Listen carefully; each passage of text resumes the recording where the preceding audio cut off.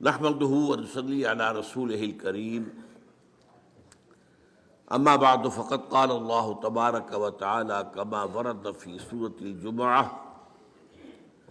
اعوذ بالله من الشيطان الرجيم بسم الله الرحمن الرحيم يسبح لله ما في السماوات وما في الارض الملك القدوس العزيز الحكيم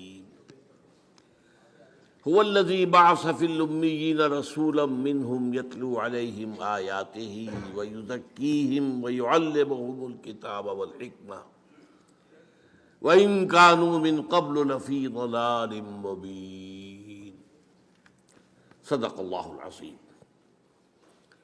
رب اشرح لي صدري ويسر لي أمري واحلل عقدة من لساني يفقهوا قولي اللهم ربنا الہمنا رشدنا واعذنا من شرور انفسنا اللهم ارنا الحق حقا وارزقنا اتباعه وارنا الباطل باطلا وارزقنا اجتنابه اللهم صل على عبدك ونبيك ورسولك وحبيبك وخليلك محمد وبارك وسلم وسلم وبارك على جميع الانبیاء والمرسلین وعلى ملائکتک المقربین وعلى عبادک الصالحین وعلینا معهم یا ارحم الراحمین آمین یا رب العالمین۔ معزز حاضرین اور محترم خواتین، سیرت خیر الانام پر میری یہ تیسری گفتگو ہے، اس کا عنوان ذرا اچھی طرح نوٹ کر لیجیے۔ اسلامی انقلاب کے لیے مردان کار کی فراہمی۔ انقلاب مرد لائیں گے نا، رجال، مردان کار کہاں سے آئے؟ اور حزب اللہ کی تشکیل و تنظیم اور تزکیہ و تطہیر کا نبوی طریقہ کار علی صاحب الصلاۃ والسلام۔ اب تک جو دو ہمارے خطبے ہو چکے ہیں، پہلا خطبہ کچھ زیادہ بنیادی علمی تھا کہ جو اسلام کا فلسفہ ہے ایمان، اس میں نبوت اور رسالت پر ایمان کا مقام کیا ہے، لاجک کیا ہے۔ دوسرے میں ہم نے بات کی کہ نبوت اور رسالت حضور کی شخصیت میں اپنے تکمیل کے مرحلے کو پہنچی، اس کے مظاہر کیا ہیں۔ یاد ہوگا ہم نے دو قرار دیے، نبوت کی تکمیل کے مظاہر کیا ہیں؟ ہدایت آپ پر کامل ہو گئی قرآن کی شکل میں، چلی تو ہے آدم سے، فَإِمَّا يَأْتِيَنَّكُم مِّنِّي هُدًى، یہ ہزاروں سال یہ ہدایت جو ہے ارتقائی مراحل طے کر کے اپنے آخری اور تکمیلی درجے کو پہنچی قرآن میں، اور قرآن کی حفاظت کا ذمہ اللہ نے لے لیا۔ انسانی تمدن کہیں غاروں میں جو آگ رہا کرتے تھے انسان، وہاں سے چلتے چلتے چلتے چلتے ایمپائرز تک پہنچا، عظیم سلطنت ہے۔ اس کے اعتبار سے دین حق وہ بھی ارتقا کرتے کرتے کرتے کرتے دین الحق مکمل ہوا محمد رسول اللہ صلی اللہ علیہ وسلم۔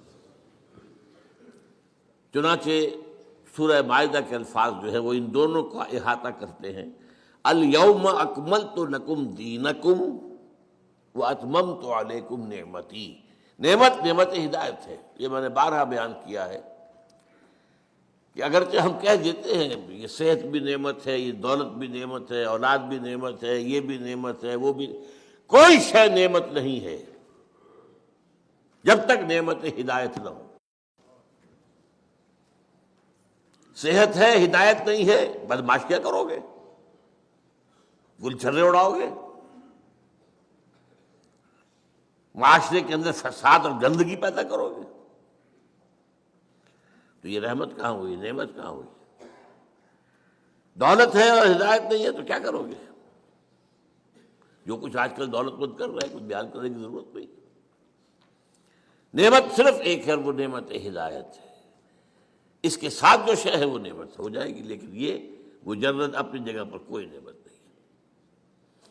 وہ نعمت ہدایت جو ہے اس کی مکمل ہو گئی۔ نعمتی الیوم اکملت لکم دینکم واتممت علیکم نعمتی ورضیت لکم الاسلام دینا۔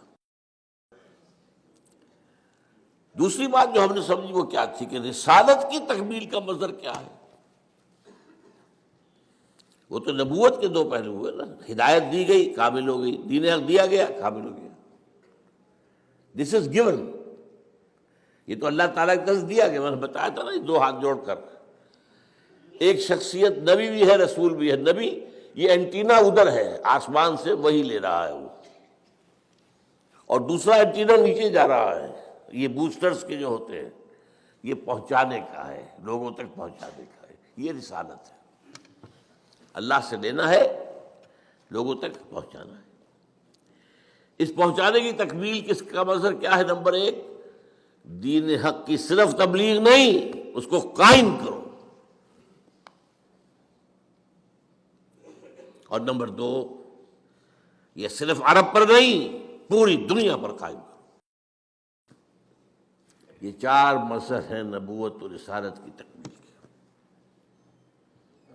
اب آج کا جو جملہ ہے سمجھیے، اس کا مطلب کیا ہے کہ نبی اکرم صلی اللہ علیہ وسلم کو اللہ نے جو رول اسائن کیا وہ ریولوشنری رول ہے، وہ انقلابی عمل ہے۔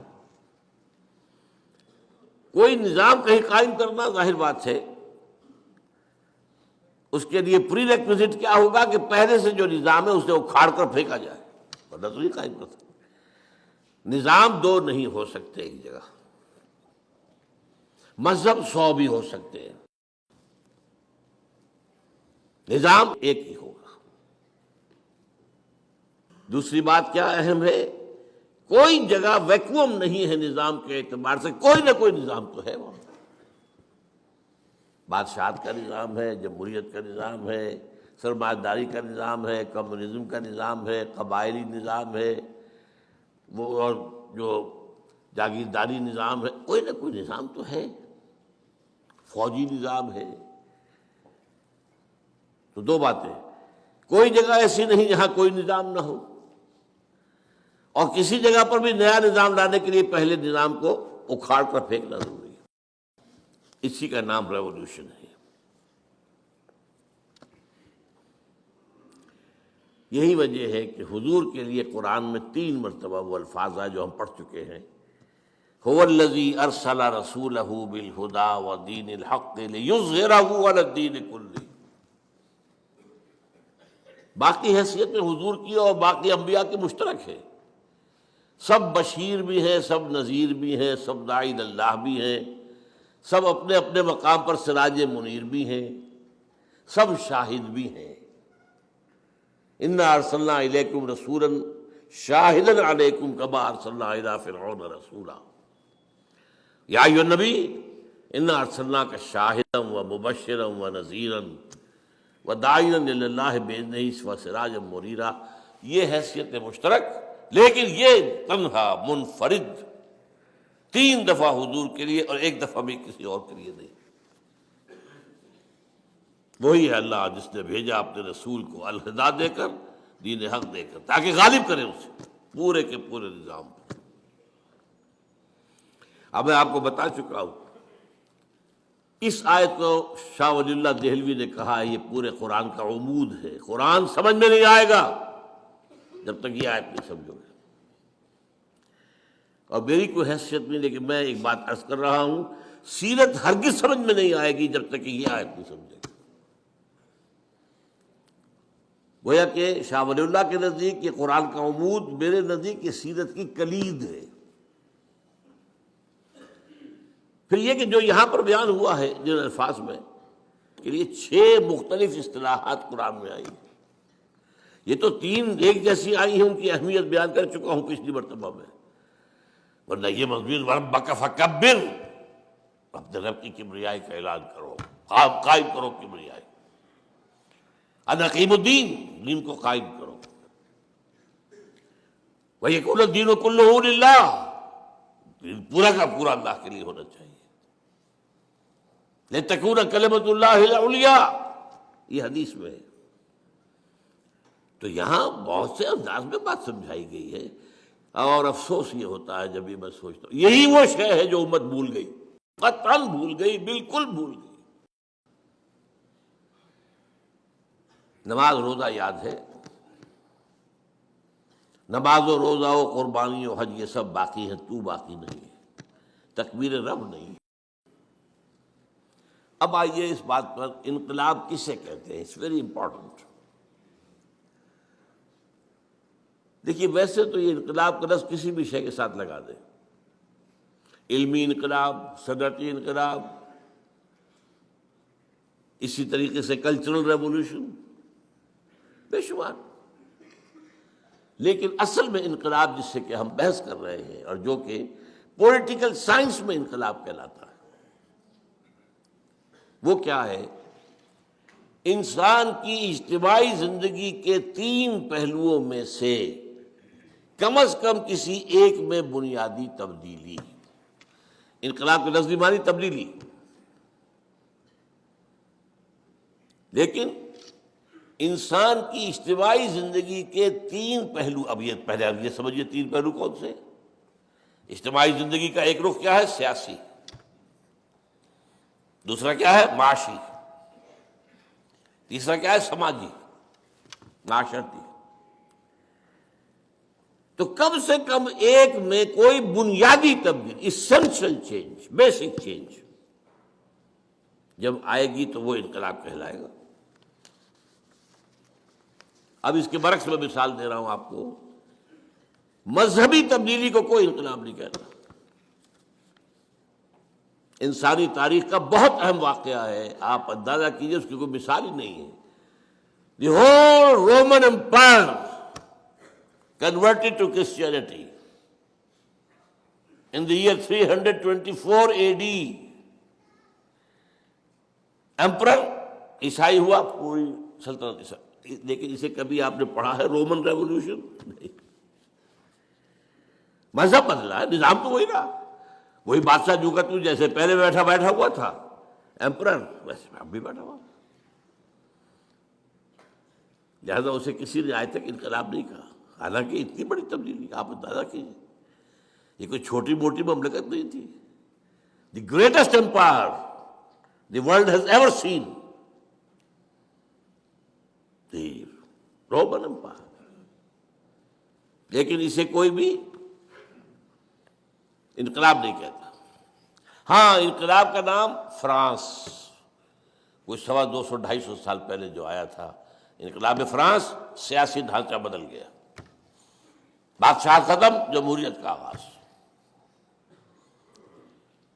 انقلاب بولشوک ریولوشن رشیا کا 1917 کا، سرمایہ داری ختم اور کمیونزم آ گیا۔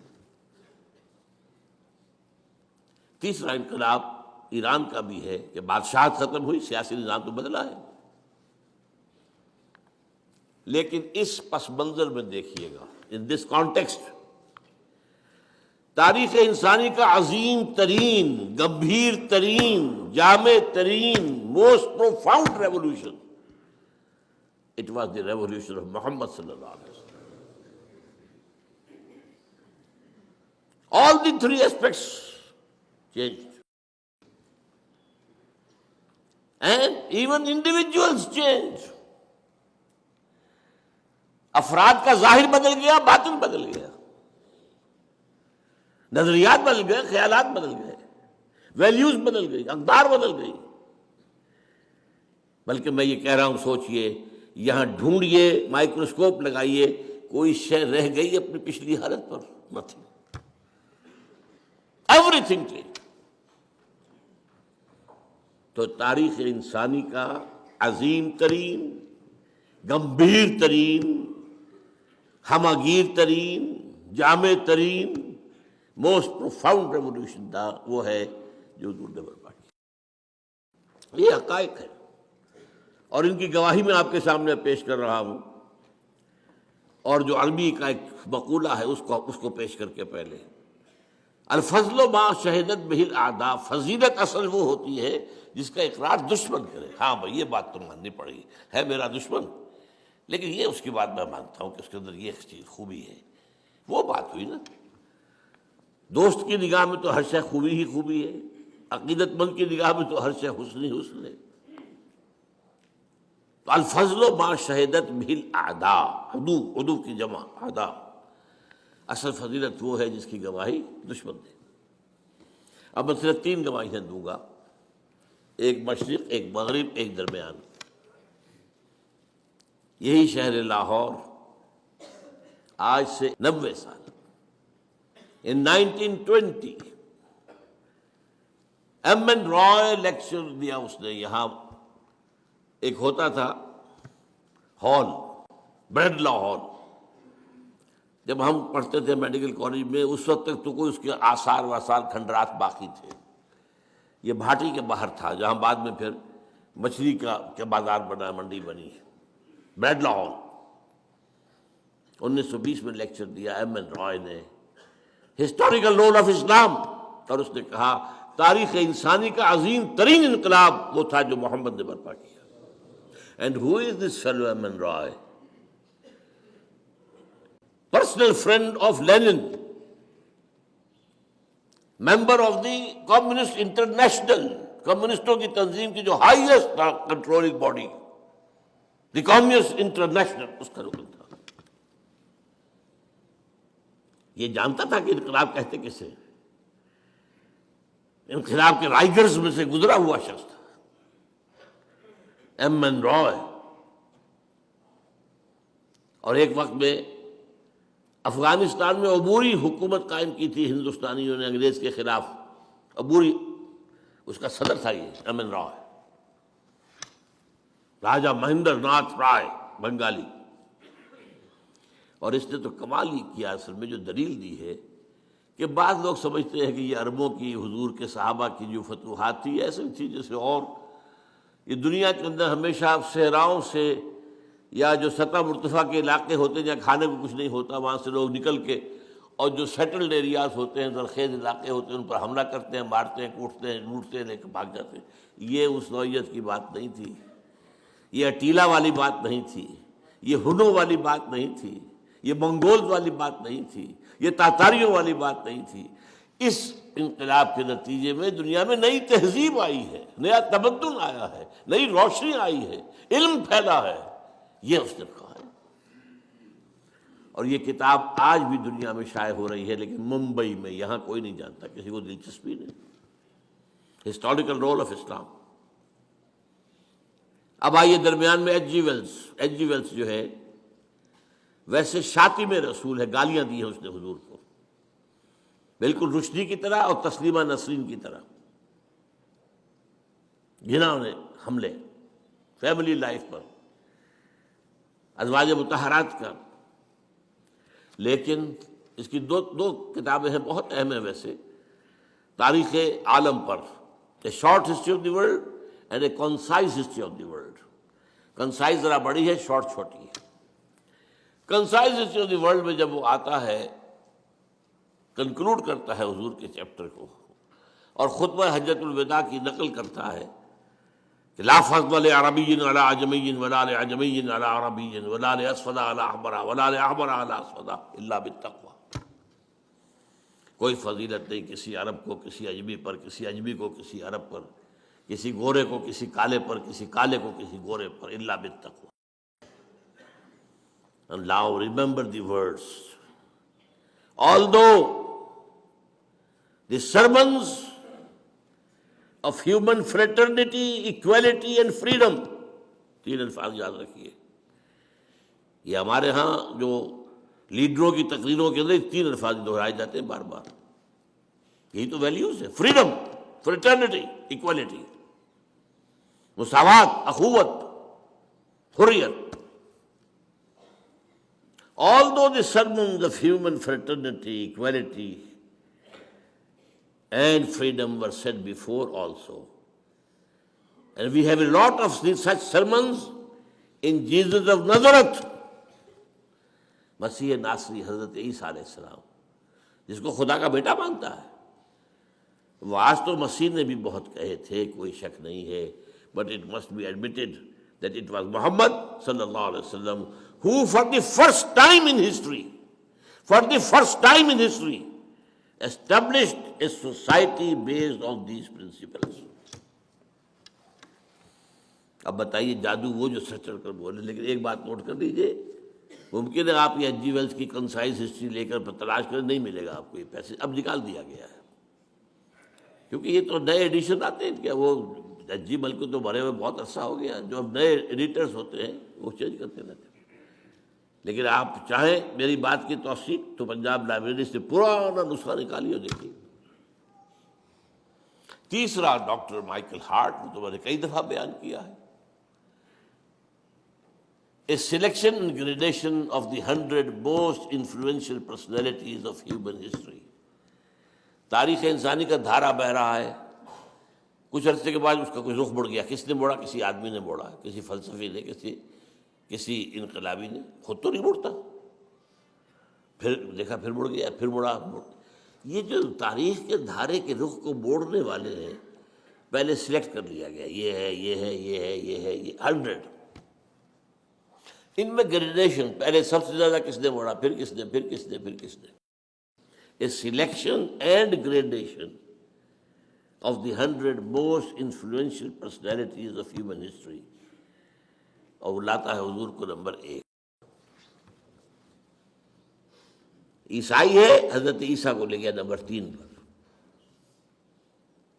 بیچ میں لایا نیوٹن کو، سائنس کا، یوں سمجھیے کہ جدید فزکس کا بابا آدم، اس لیے کہ ساری ٹیکنالوجی اور سائنس کی ترقی تو وہاں سے ہے، اور کہتا ہے naturally I O an explanation, مجھے اس کی وجہ بیان کرنی پڑے گی کہ میں نمبر 1 پر لے آیا محمد کو صلی اللہ علیہ وسلم، عیسیٰ 3 پر، 50ویں پہ حضرت عمر کو بھی لے کے آیا بس۔ لیکن کہتا ہے مجھے تو وجہ بیان کر، this is because he is the only person supremely successful in both the religious and the secular fields. یہ اس لیے ہے کہ ایک ہی شخص ہے تب پوری تاریخ میں جو انسانی زندگی کے دونوں میدانوں میں یکساں اور انتہائی اونچا ہے۔ اور یہ آج کا کانسیپٹ ہے کہ زندگی کے 2 حصے ہیں، ایک سیکولر لائف ہے اور ایک مذہبی زندگی۔ مذہبی زندگی میں آپ آزاد ہیں، آپ کتے کو پوجیں، بلی کو پوجیں، کسی کو پوجیں، اعلیٰ تناسل کو پوجیں، جو چاہے پوجیں، یو کین ڈو۔ ایک خدا کو مانو، 2 کو مانے، 10 کو مانے، 1000 کو مانے، کسی کو نہ مانے، یہ ریلیجن آزادی ہے آپ کو بھائی۔ لیکن ایک ہے سیاست، ریاست، قوم، ملک، قانون، ایک یہ۔ وہ کہتا ہے جتنے بڑے آدمی نظر آئے مجھے، وہ یا ادھر اونچا ہے تو ادھر کچھ بھی نہیں، ادھر ٹھکنا سا ہے، بونا سا ہے، ادھر اونچا ہے تو ادھر کچھ نہیں۔ اب عیسیٰ ہے، کتنا بڑا مذہب ہے، حکومت و ریاست میں کوئی ایک دخل ہی نہیں، قدم نہیں رکھا۔ گوتم بدھ کتنا بڑا، حکومت و ریاست 0۔ سکندر اعظم بہت بڑا فاتح، اخلاق اور روحانیت میں 0 نہیں، مائنس ویلیو، یہی ہوگا نا۔ تو یہ ہے، میں نے 3 گواہیاں آپ کے سامنے پیش کی ہیں۔ اب اگلا پوائنٹ ہے میرا، انقلاب برپا کرنا نہایت مشکل کام، یہ کھیل نہیں ہے، یہ کوئی ہابی نہیں ہے۔ دی موسٹ ڈیفیکلٹ ورک نظام کو بدلنا ہے۔ اس کی وجہ کیا ہے؟ دیکھیے، ایک ہوتی ہے دعوت، تبلیغ، مشنری ورک ہو رہا ہے، ہمارے تبلیغی بھائی گھوم رہے ہیں، بسترے اٹھائے ہوئے ہیں، کہاں کہاں جا رہے ہیں، راتوں کو مسجدوں میں سو رہے ہیں۔ دعوت اور تبلیغ میں بھی محنت تو ہے، مشقت تو ہے، جان و مال کا خطرہ نہیں ہے۔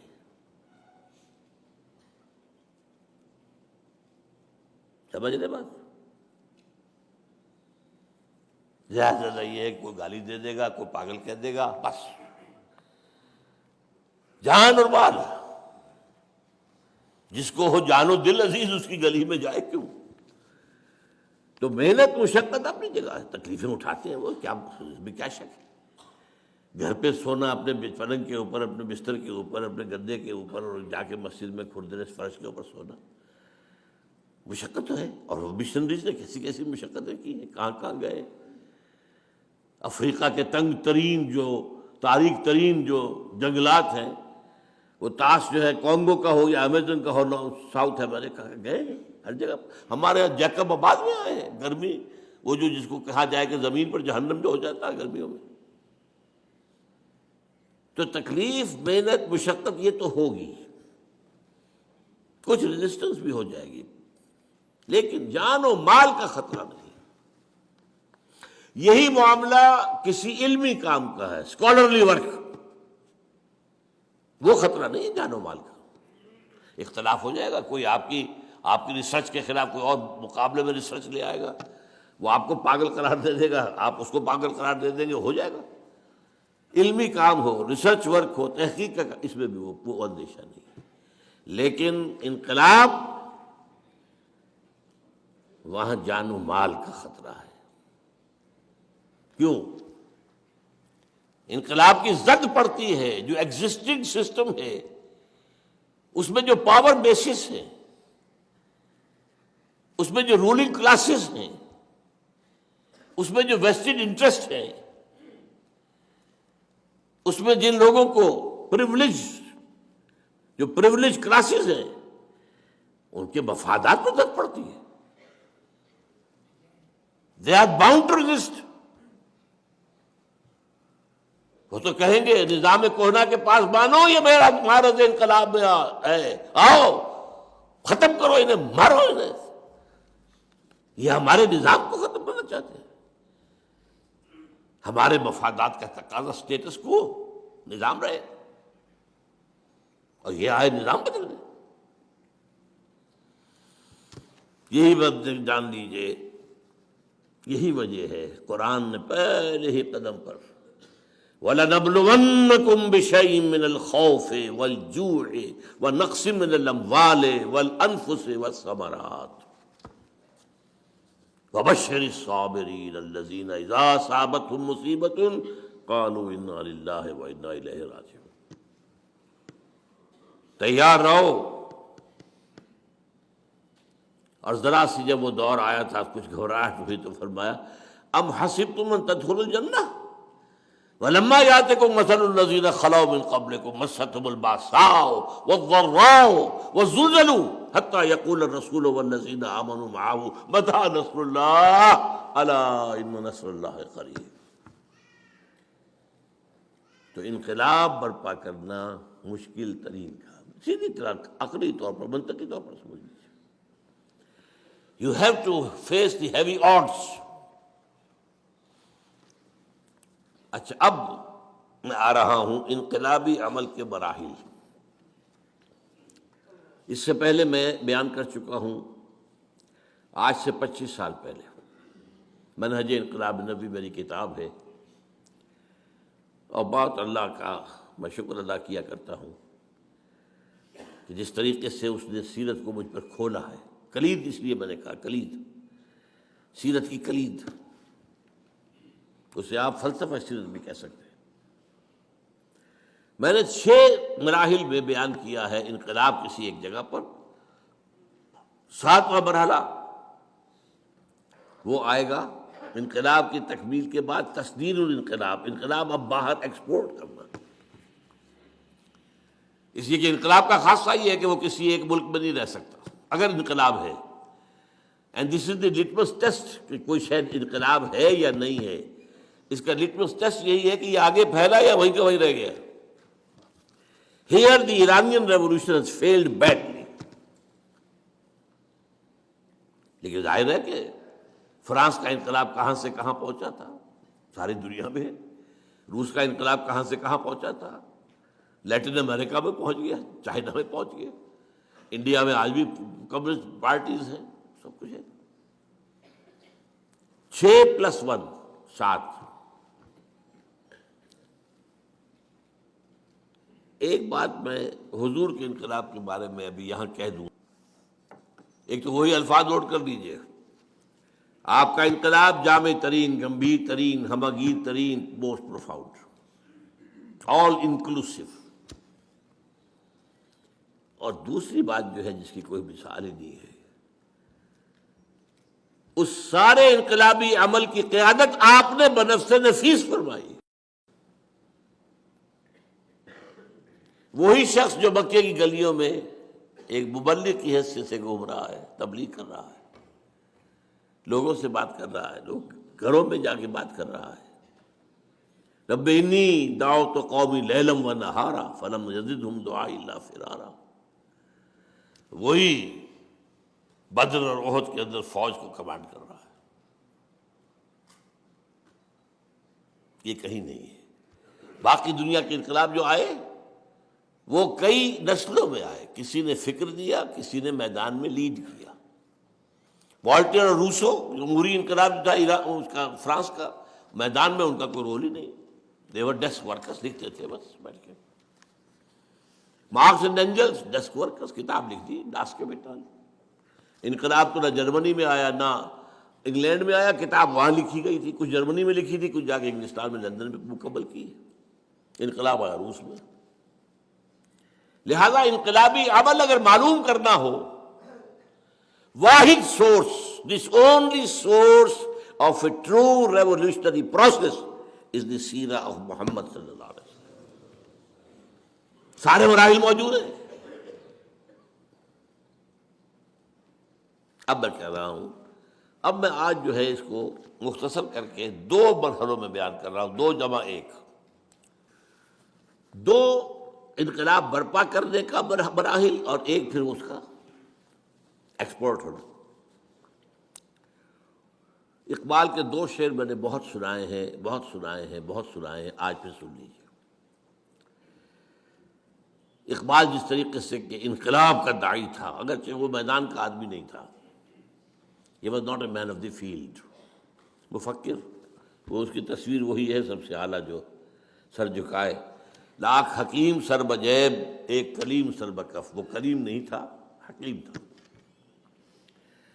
لیکن اس کی حکیمی جو ہے، ذرا دیکھیے کس قدر الفاظ کے اندر تلخی ہے، تلخی.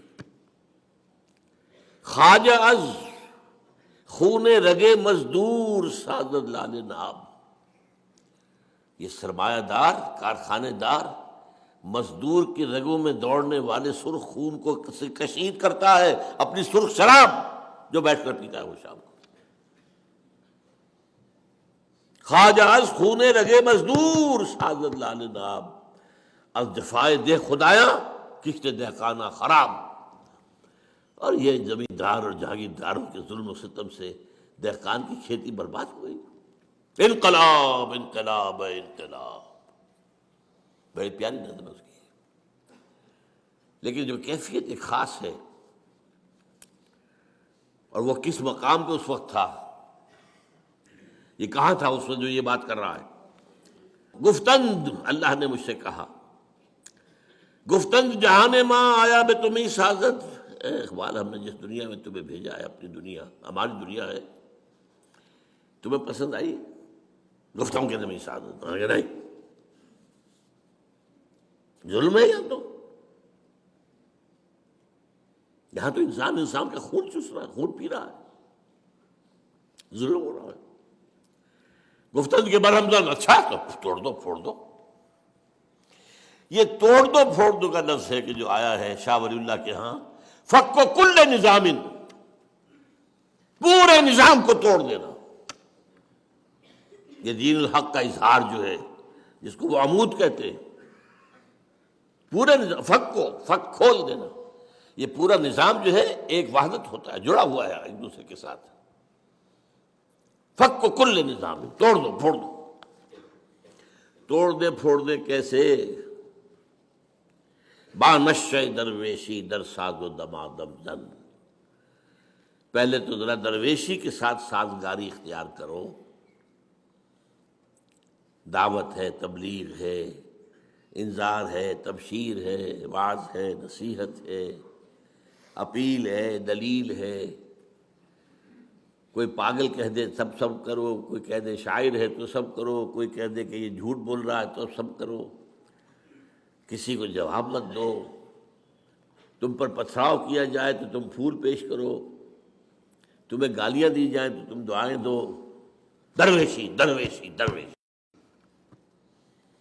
یہ 12 برس حضور کے درویشی کے ہیں مکے کے. بانشہ درویشی در ساز و دمادم زن دمادم زن دمادم زن. لگے رہو لگے رہو لگے رہو لگے.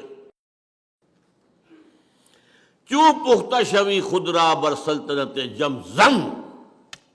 جب تیار ہو جاؤ تو پھر اپنے آپ کو سلطنت جم پر دے مارو، ٹکرا دو.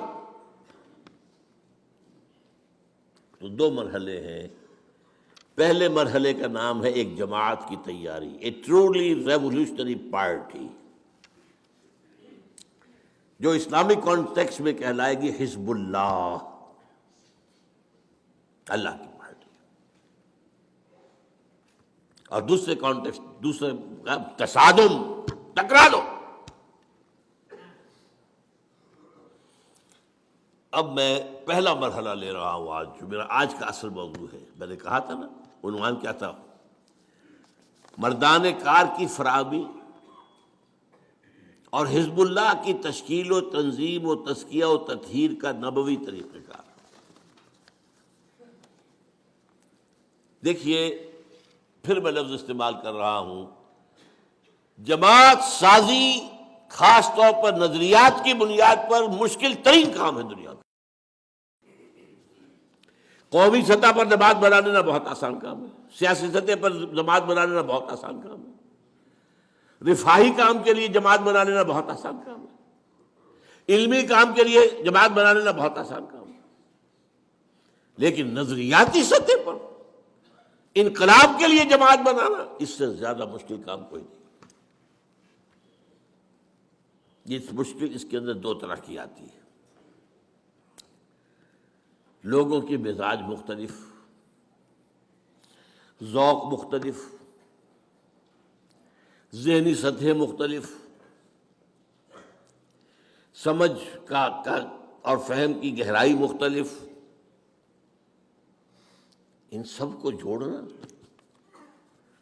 ایک حیوانوں کا غلہ ہو.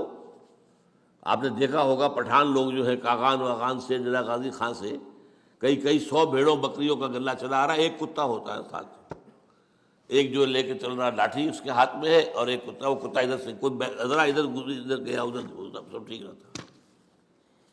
یہ انسانوں کا غلہ جو ہے بنانا،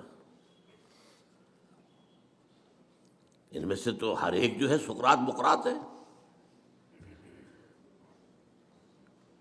ہر ایک کا اپنا فہم ہے، اپنی سوچ ہے، اپنے نظریات ہیں.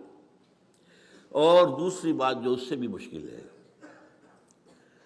ہر ایک کے اندر کوئی سچی یا جھوٹی خودی ہے. سچی بھی ہو سکتی ہے اور خامخواہ پھرنے خواہ بنے ہوئے بھی ہوتے ہیں. یہ بڑا پیارا شعر سنا رہا ہوں آپ کو. بقدر پیمانہ تخیل سرور ہر شے میں ہے خودی کا.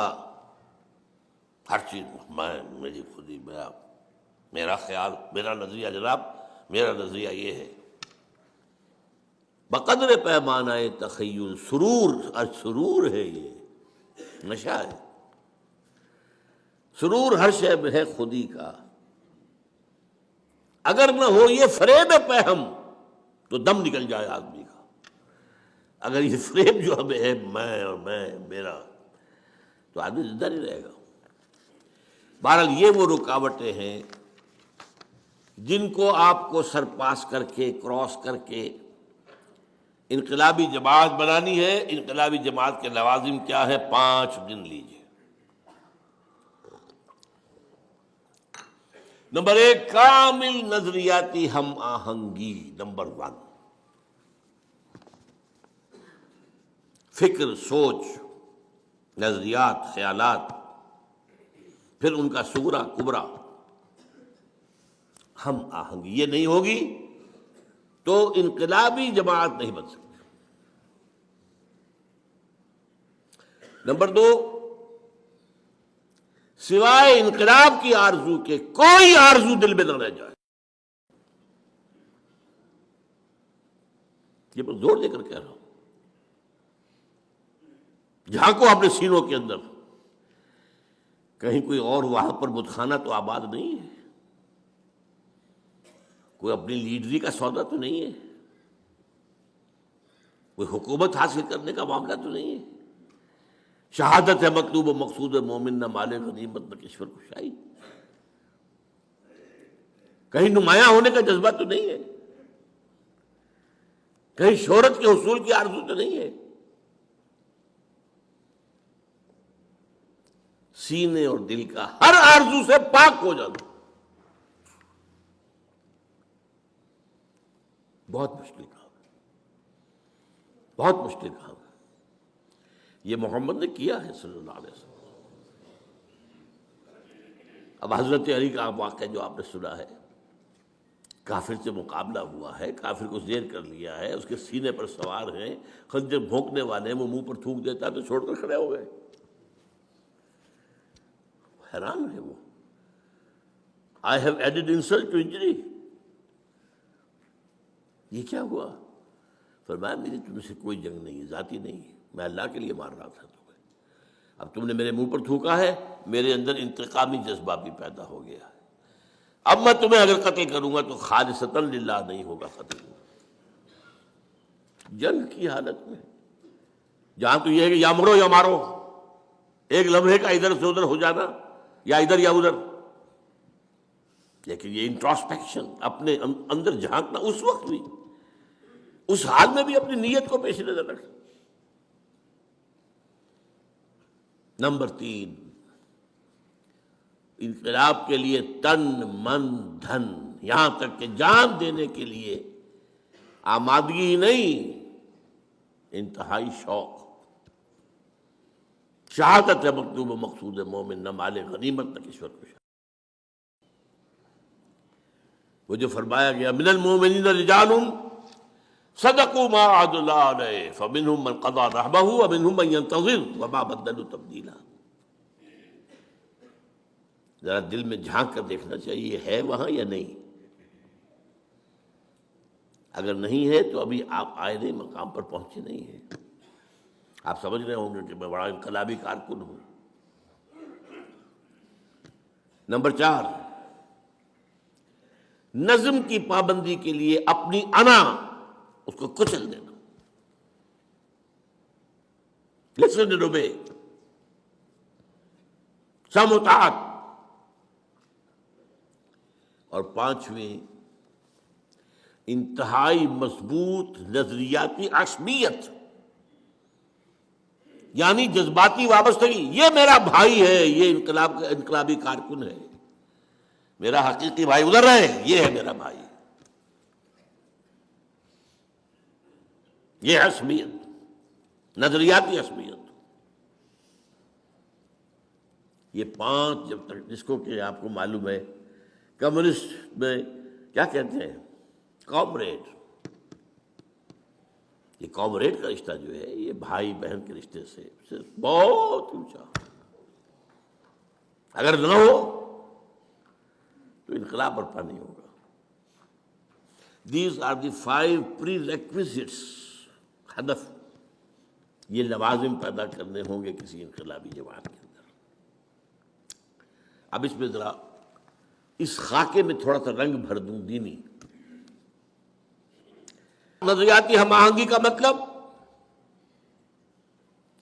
توحید پر یقین کامل. اسلامی انقلاب کا نظریہ جو ہے، انقلابی نظریہ، وہ توحید ہے. لیکن توحید جسے آپ توحید سمجھتے ہیں وہ توحید نہیں. آپ کی توحید ایک عقیدہ ہے، اور حقیقی توحید ایک انقلابی نظریہ ہے. اس کے 3 اسپیکٹس ہیں. وہ جو میں نے کہا تھا، انقلابی نظریہ وہ ہے جو ایگزسٹنگ کلیکٹیو سسٹم کے جو مختلف جڑیں ہیں ان کے جڑوں کے اوپر تیشہ بن کر گرے. سیاسی سطح پر ان الحکم الا للہ، حاکمیت فقط اللہ کی. انسانی حاکمیت کفر، شرک، بدترین شرک، بدترین کفر، چاہے انڈیویجول ہو اور چاہے کلیکٹیو ہو۔ سروری زیبا فقط اس ذات بے ہمتا کو ہے، حکمراں ہے ایک وہی، باقی بتان آزری۔ یہ سیاست ہے۔ معیشت، ملکیت کا حق، ملکیت تامہ، ملکیت کاملہ صرف اس کا ہے۔ جو کچھ ہے اس کی ملکیت ہے، تمہاری نہیں ہے، تمہارے پاس امانت ہے۔ حاکمیت اللہ کے لیے، تمہارے لیے خلافت، ملکیت اللہ کے لیے، تمہارے لیے امانت۔ این امانت چند روزہ نزد ماست، در حقیقت مالک ہر شے خداست۔ یہ تو شیخ سعدی کہہ گئے، کتنے پہلے کہہ گئے۔ بندہ مومن امین، حق مالک است، اقبال کہتا ہے امین۔ یہ جو حضرت شعیب کی قوم نے کہا تھا، اے شعیب تمہیں کیا ہو گیا، کہ تمہاری نماز جو ہے ہمیں روکتی ہے، ان نفعل فی اموالنا ما نشاء، ہمارا مال ہے ہم جو چاہے کریں، ہو آر یو، یہ کرو یہ نہ کرو، یہ غلط ہے اور یہ صحیح ہے۔ اموالنا ہمارا مال ہے، ان نفعل فی اموالنا ما نشاء، یہ آج کا کیپٹلزم ہے، مال، کیپٹل۔ میں نے تو کسی کی خوش آمد نہیں کی، آ کر سود کے اوپر قرض مجھ سے لے، وہ خود آیا تھا لینے، لیکن نہیں، آپ اپنے مال کے اندر تصرف نہیں کر سکتے اس انداز سے جس کو اللہ نے حرام کیا ہو۔ اور سماجی سطح پر اگرچہ سب سے ہلکا معاملہ ہے، سب سے بڑی شے جو ہوتی ہے مخالفت میں وہ سیاست اور معیشت کا معاملہ ہوتا ہے، لیکن سماجی سطح پر توحید کا تقاضا کیا ہے؟ By birth all human beings are absolutely equal. No one is superior, no one is inferior. یہاں تک کہ یہ بھی نہیں کہ مرد سپیریئر ہے اور عورت انفیریئر، نہیں۔ ایک ہی باپ کے نطفے سے بیٹا بھی ہے، بیٹی بھی ہے، ایک ہی ماں کے رحم میں بیٹا بھی پلا ہے، بیٹی بھی، اللہ کیسے ہو جائے گا؟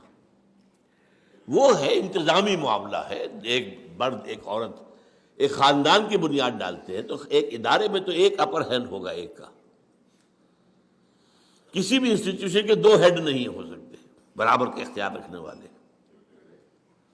مینیجنگ ڈائریکٹر ایک ہوگا، ڈائریکٹر 100 بنا لے آپ۔ پرائم منسٹر ایک ہوگا، منسٹر 100 بنا لے، وہ الگ بات ہے۔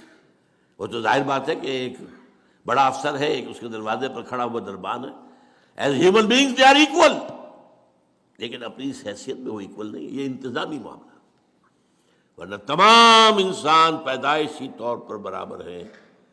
جو بھی ان کے اندر فرق ہے وہ ایکوائرڈ کریکٹرز کی وجہ سے ہوگا۔ کسی نے علم زیادہ حاصل کیا، زیادہ عزت ہونی چاہیے۔ کوئی خادم خلق زیادہ ہے، اس کی زیادہ عزت ہونی چاہیے۔ کوئی تقویٰ کے اندر، دین کے اندر آگے نکل کے اس کی عزت زیادہ ہونی چاہیے۔ اللہ بالتقویٰ۔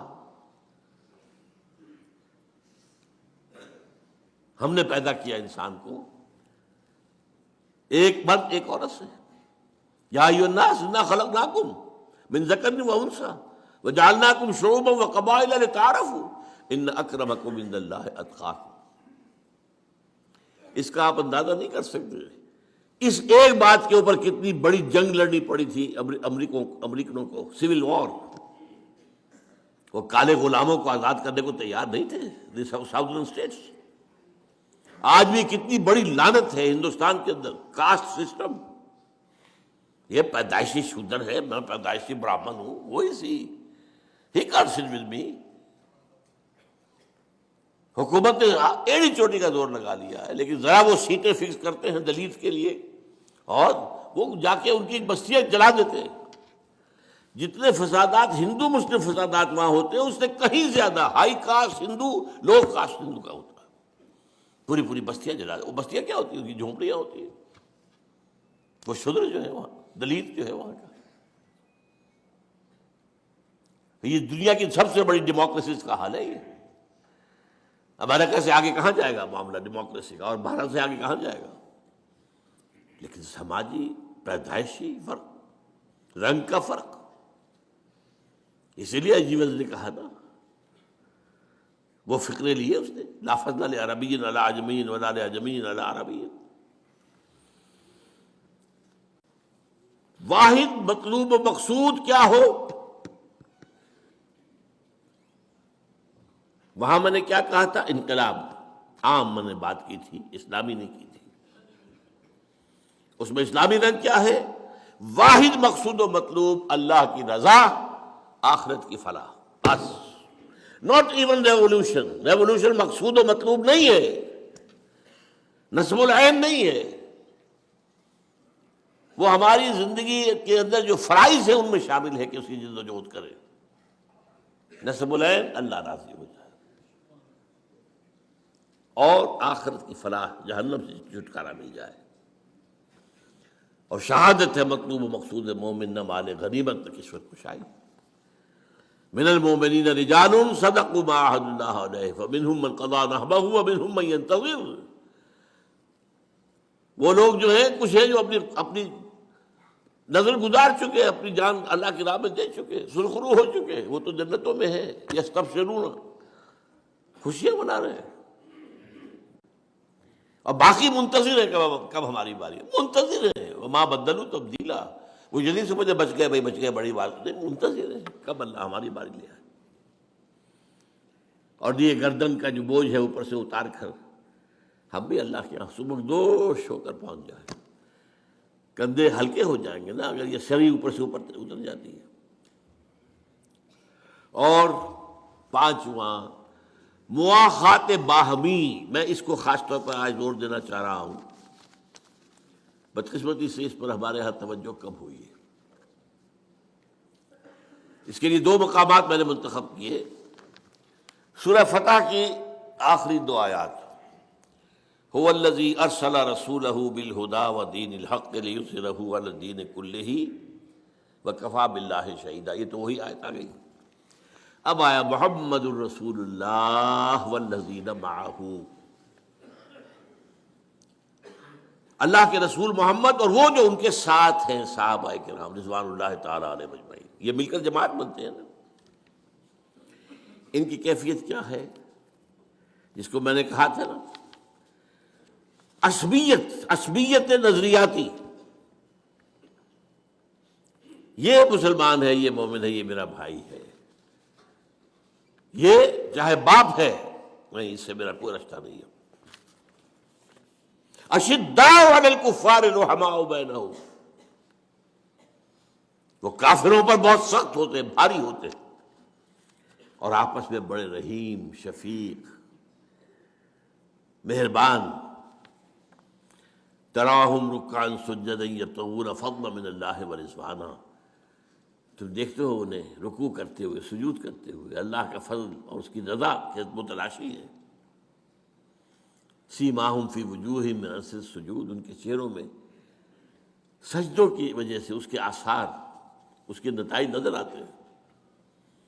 ذالک مثلہم فی التوراۃ ومثلہم فی الانجیل. یہی مثال ان کی ہم نے دی تھی تورات میں بھی اور انجیل میں بھی. اب بڑی پیاری اس کا ٹکڑا آگے ہے.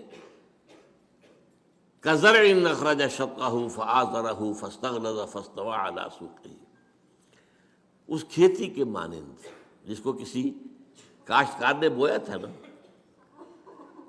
لیکن جب وہ کھیتی اپچی ہے، ابری ہے، ذرا لہلہانے لگی ہے، جس نے اپنی سوئی نکالی، پھر اس سے ذرا گاڑھا کیا، پھر وہ اپنی نال پر کھڑی ہو گئی.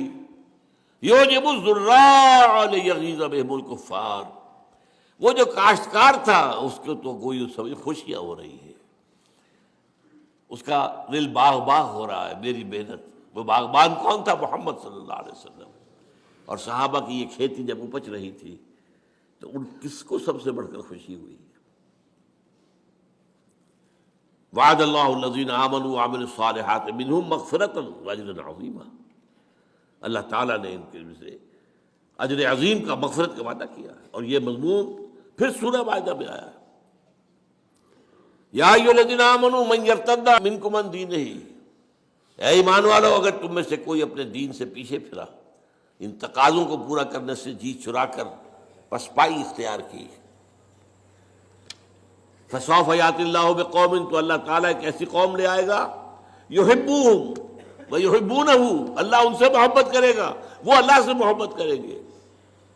اور اس کے بعد اذلۃ علی المؤمنین اعزۃ علی الکافرین، اہل ایمان پر بہت نرم ہوں گے، کافروں پر بہت سخت ہوں گے۔ ہو حلقہ یاراں تو بریشم کی طرح نرم، اور رزم حق و باطل ہو تو فولاد ہے۔ اس کے آخر میں فرمایا وَمَن يَتَوَلَّ اللَّهَ وَرَسُولَهُ وَالَّذِينَ آمَنُوا فَإِنَّ حِزْبَ اللَّهِ هُمُ الْغَالِبُونَ۔ جب تم اس معیار پر پورے اتر جاؤ گے کہ تمہاری ولایت، تمہارا دلی تعلق اللہ سے، رسول سے اور اہل ایمان سے ہوگا صرف، تو یہ حزب اللہ ہوگی، then you will qualify کہ تمہیں یہ خطاب دیا جائے، اور پھر اس حزب اللہ کے لیے اللہ کا وعدہ ہے کہ غالب ہو کر رہے۔ یہ 5 اسلامی انقلابی جماعت کے لوازم ہیں۔ اب آئیے قرآن کی طرف رجوع کرتے ہیں۔ فرد کی تبدیلی کے لیے قرآن کا پروگرام کیا ہے؟ اس لیے کہ ظاہر بات ہے انقلاب آئے گا جماعت سے، جماعت بنے گی افراد سے۔ اسٹارٹنگ پوائنٹ کیا ہے ہمارا؟ فرد۔ فرد کی تبدیلی کے لیے قرآن مجید میں 4 اصطلاحات 4 دفعہ آئی۔ پچھلی دفعہ یاد ہوگا میں نے کہا تھا کہ تکرار جو ہے کسی کلام کا حسن نہیں ہوتا، عام طور پر اسے عیب سمجھا جاتا۔ تکرار بھائی کوئی الفاظ بدل کے لاؤ، ایک پھول کا مضمون ہو تو 100 رنگ سے باندھو، میں بتا چکا ہوں۔ اظہار دین الحق کے لیے کتنی اصطلاحات آ گئی قرآن میں، 6-7 تو میں نے گنوا دی آج بھی، لیکن پھر بھی وہ 3 آیتیں جو کہ تو آئیں، هو الذی ارسل رسولہ بالہدی ودین الحق لیظہرہ علی الدین کلہ۔ لیکن کمال یہ ہے کہ وہاں پر کوئی بورڈم نہیں ہوتا ہے، وہ اللہ کا کلام ہے، یہ معجزہ ہے۔ تکرار کیوں ہے؟ کہ ان الفاظ کی اہمیت کو سمجھو اور اپنی مائکروسکوپ کو اس کے اوپر فکس کر دو۔ زیر ہر لفظ غالب چیدام میں خانہ ہے، یہ ایک ایک لفظ کے اندر جو ہے جو کچھ پنہا ہے، پورا میں خانہ پنہا ہے۔ گنجینہ معنی کا طلسم اس کو سمجھیو، جو لفظ کے غالب میرے اشعار میں آوے، وہ تعلی ہے غالب کی۔ قرآن کی شان یہ ہے جو لفظ آ رہا ہے، گنجینہ معنی کا طلسم۔ اب حیران آپ ہوئیے، حضور کا مقصد بعثت 3 دفعہ، اس کے لیے افراد کی تیاری 4 دفعہ، 4 اصطلاحات قرآن میں 4 دفعہ آ رہی ہیں۔ آج ہم نے اس کے لیے آیتیں پڑھی ہیں۔ سب سے پہلے سورہ جمعہ، یسبح للہ ما فی السماوات و ما فی الارض الملک القدوس العزیز الحکیم۔ ایک بات نوٹ کر لیجیے، اکثر سورت آیتوں کے آخر میں اللہ کے 2 اسماء آتے ہیں، زیادہ نہیں۔ وَهُوَ الغفور الرحیم، وَهُوَ الخبیر العلیم، یہی ہے نا، وَهُوَ العزیز الحکیم، وَهُوَ السمیع البصیر، دو۔ صرف قرآن مجید میں ایک صورت یہ ہے جہاں 4 اسماء آئے ہیں ایک آیت کے اندر، اور سورہ حشر ہے اس میں 8 آئے ہیں۔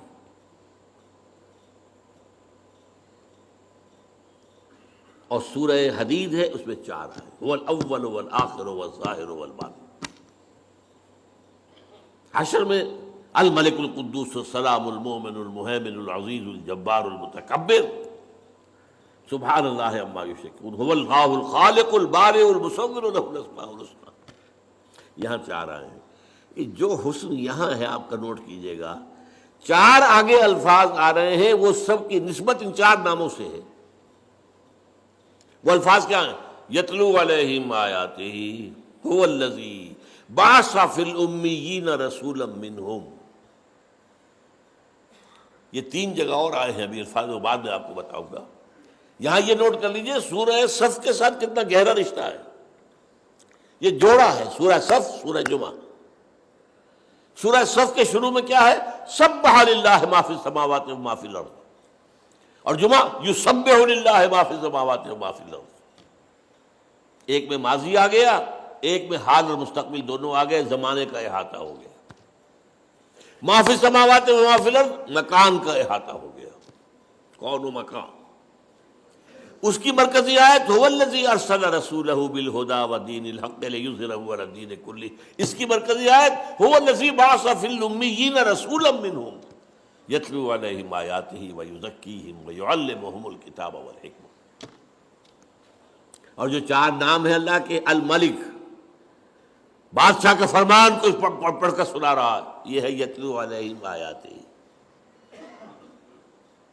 وہ بادشاہ حقیقی القدوس ہے، پاک ہے، ہمارا رسول بھی تمہیں پاک کر رہا ہے۔ الملک القدوس عزیز الحکیم، عزیز ہے، زبردست ہے، اس کا قانون ہے جو تمہیں دیا جا رہا ہے، اور الحکیم ہے، تمہیں تعلیم حکمت بھی دی جا رہی ہے۔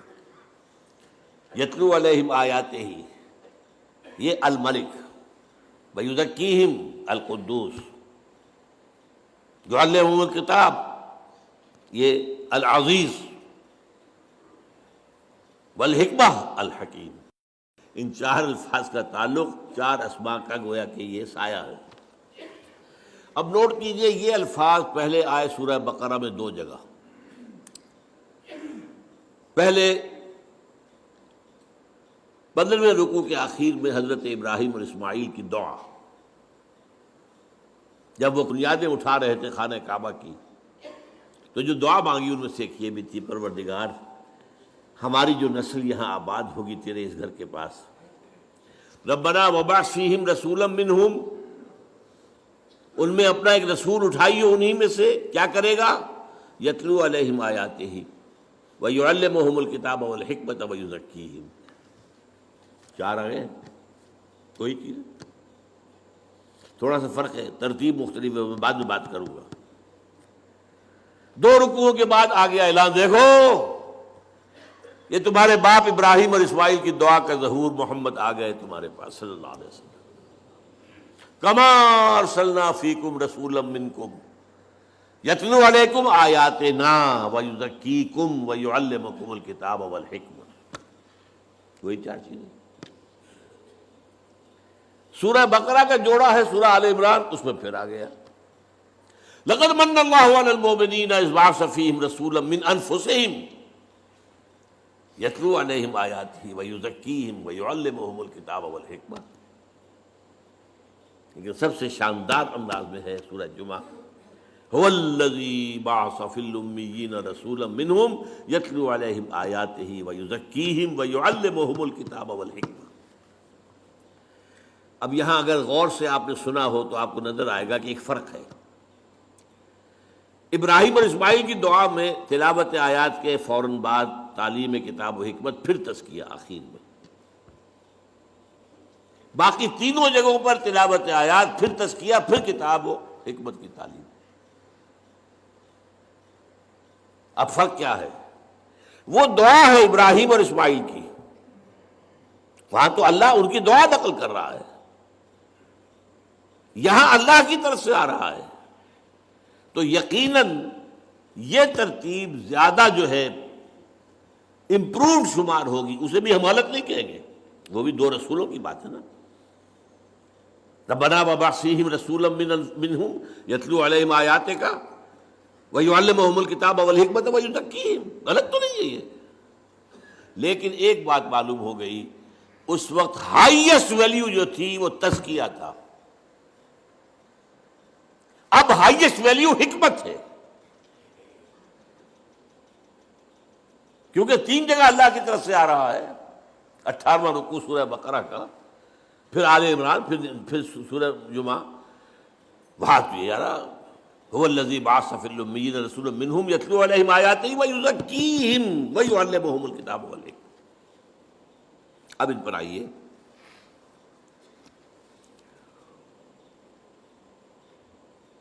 دیکھیے یہ چاروں اصطلاحات جو ہیں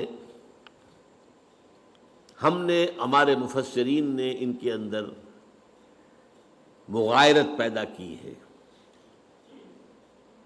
یہ ایک ہی شے ہے، ان چاروں کا مرکز محور قرآن ہے. یتلو علیہم آیاتہ، یہ تو سب کو معلوم ہو گیا کہ قرآن ہے، اس میں تو کچھ شک نہیں نا. یعلمہم الکتاب، کتاب قرآن ہے، اس میں کوئی شک نہیں. تزکیہ، یہ بھی قرآن سے علیحدہ شے نہیں ہے. اور حکمت، یہ بھی قرآن سے باہر کی شے نہیں ہے. ذالک مما اوحی الیک ربک من الحکمہ، اے نبی یہ ہے وہ چیزیں جو آپ کے رب نے آپ پر نازل کی ہیں وحی کی حکمت میں سے. حکمت قرآن میں بھی ہے، کتاب قرآن میں بھی ہے. کتاب سے مراد میں بعد میں تفصیل سے بیان کروں گا، قانون ہے، لیکن حدیث نبی کے اندر بھی ہے. حکمت قرآن میں بھی ہے اور حدیث میں بھی ہے. اور تزکیے کے بارے میں جان لیجئے، ایکسکلوسیولی تزکیہ قرآن کا نام ہے. اب آئیے، یعنی یہاں ذرا حالی کا وہ شعر آپ یاد کر لیں کہ حضور کا اعلی انقلاب قرآن، لوگوں کو بدلنے کا ذریعہ قرآن، اتر کر ہرا سے سوئے قوم آیا اور ایک نسخہ کیمیا ساتھ آیا. پہلی چیز کیا ہے؟ تلاوت آیات. قرآن پڑھ پڑھ کر سناؤ، قرآن پڑھ پڑھ کر سناؤ، قرآن پڑھ پڑھ کر سناؤ. یہ یاد رکھیے، حضور نے کبھی کوئی لمبی تقریر نہیں کی، کبھی کوئی اپنا فلسفہ بیان نہیں کیا، کبھی کوئی آپ نے اپنا وعظ نہیں کہا. بہت کم شاذ، جہاں گئے قرآن سنایا. کوئی باہر سے آیا ہے قرآن سنایا ہے، کہیں خود گئے ہیں قرآن سنایا. دس از دی اسٹارٹنگ پوائنٹ. اور یہ کیوں ہے ایسا؟ دیکھیے، یہ قرآن مردان کار کی تلاش اور فراہمی کا ذریعہ ہے.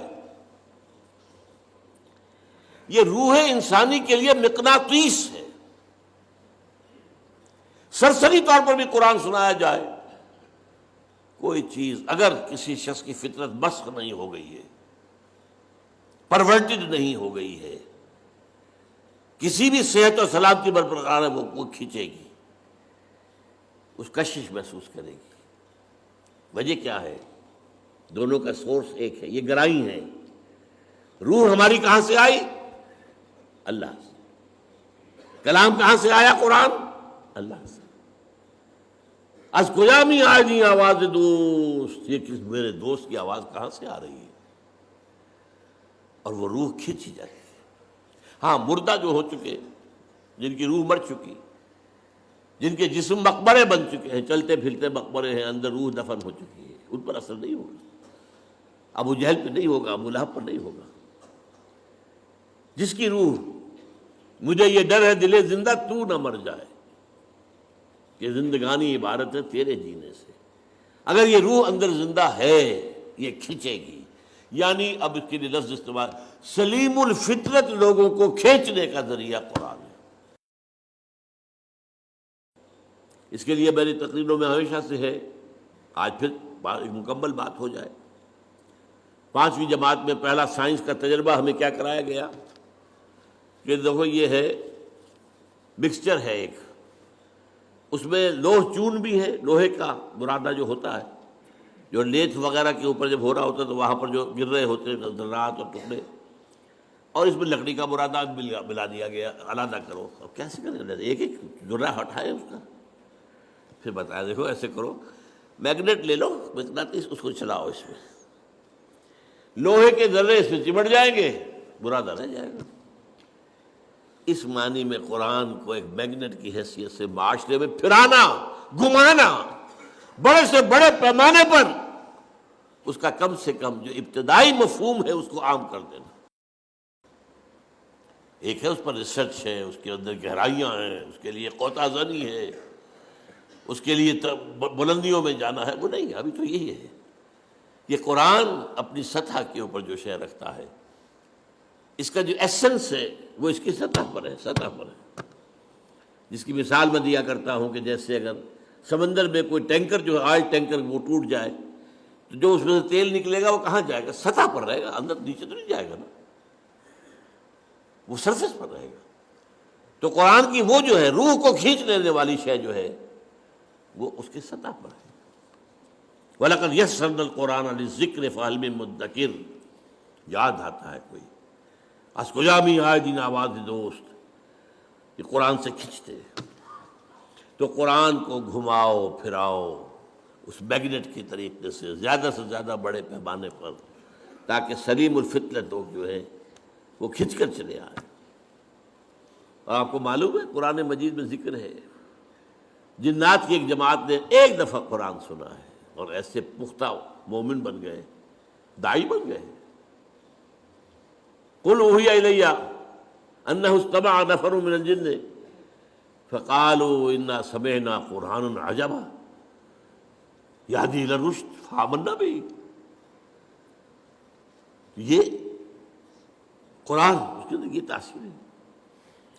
تو یتلو علیہم آیاتہ ہی سے میں نے آپ کے سامنے رکھا، معاشرے میں سے صالح جو فطرت اور سلیم الفطرت لوگ ہیں انہیں کھینچنے کے لیے قرآن کو ذریعہ بنا۔ اب اگلا مرحلہ آیا ہے اور یہ ہے بہت اہم، تزکیہ۔ تزکیہ جس کے بارے میں بدقسمتی سے ہمارے ہاں خانقاہی نظام آ گیا، افلاطونی نظام آ گیا، نیو پلیٹونک نظام آ گیا، ہندوؤں کے جو ہے سنیاس وغیرہ سے آ گئے، یہ آ گیا وہ آ گیا، یہاں تو موسیقی کا روایت ہے، ہمارے صوفیوں نے موسیقی اختیار کر لی۔ کاہے کے لیے؟ وہ اللہ کے بندو، قرآن سے بڑی موسیقی کوئی نہیں تھی، دی ڈیوائن میوزک۔ تم نے اس موسیقی کے اندر لوگوں کو پاگل کیا ہے، دھمال کھیلتے ہیں اور انہیں حال آتا ہے کیا؟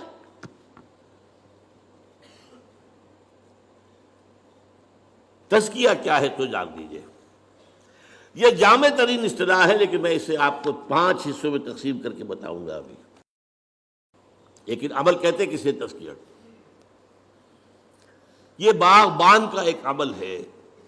ایک باغبان ہے، اس نے باغ لگایا ہے، اس میں کچھ پھولوں کے پودے ہیں، کچھ پھلوں کے درخت ہیں۔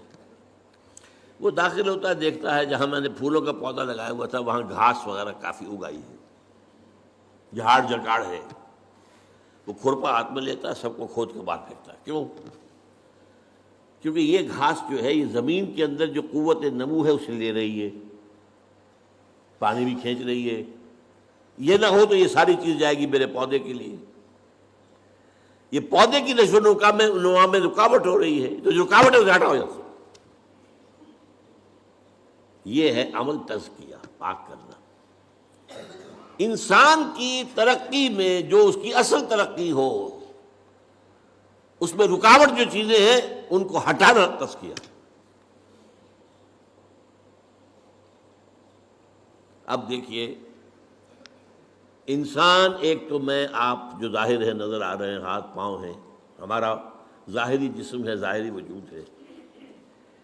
ایک معنوی وجود ہے ہمارے اندر۔ اس معنوی وجود کے لیے کبھی لفظ خودی بھی استعمال ہو جاتا ہے، لیکن میں آج آپ کو 4 حصوں میں بتا رہا ہوں۔ سب سے پہلے ہمارا ایک فکر ہے، کچھ نظریات ہیں، کچھ خیالات ہیں، کچھ عقائد ہیں، کچھ فلسفے ہیں، کچھ بھی ہے۔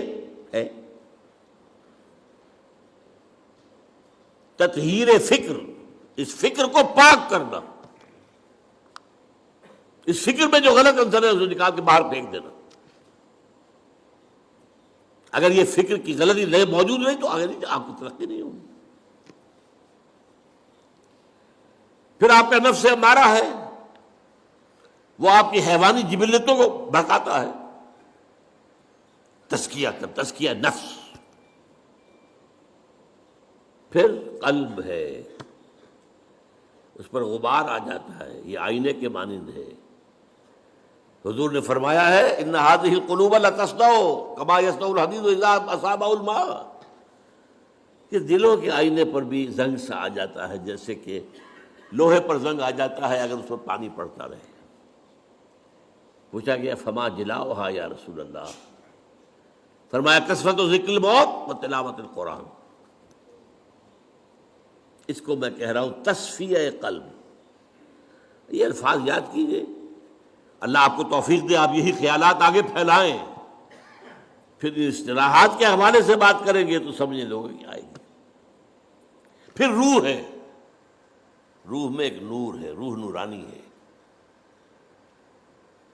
یہ جو بگ بینگ سے پہلے پیدا کی گئی ارواح، میری وہ کتاب میرا خیال ہے کہ اب کچھ دنوں کے بعد آپ لوگ پڑھنے لگیں گے انشاءاللہ، ایجاد و ابداع عالم سے لے کر عالمی نظام خلافت تک، وہ جو روح اور فرشتہ نورانی، وہ جو روح کے اندر نور ہے، تجلیہ روح، جلا دینا اس روشنی کو، بھڑکانا، یہ چار کام ہے جن کے لیے ایک لفظ قرآن نے تزکیہ استعمال کیا۔ تزکیہ از موسٹ پروفاؤنڈ، اس میں کوئی شک نہیں، لیکن تطہیر فکر نمبر ایک، کیونکہ یہ حیوان عاقل ہے، اصل مسئلہ تو فکر کا ہے، فکر غلط ہے ساری بات غلط ہو جائے گی۔ تطہیر فکر، تزکیہ نفس، تصفیہ قلب، تجلیہ روح، اور یہ کس سے ہوگا؟ صرف قرآن سے۔ نوٹ کر لیجیے اس سے۔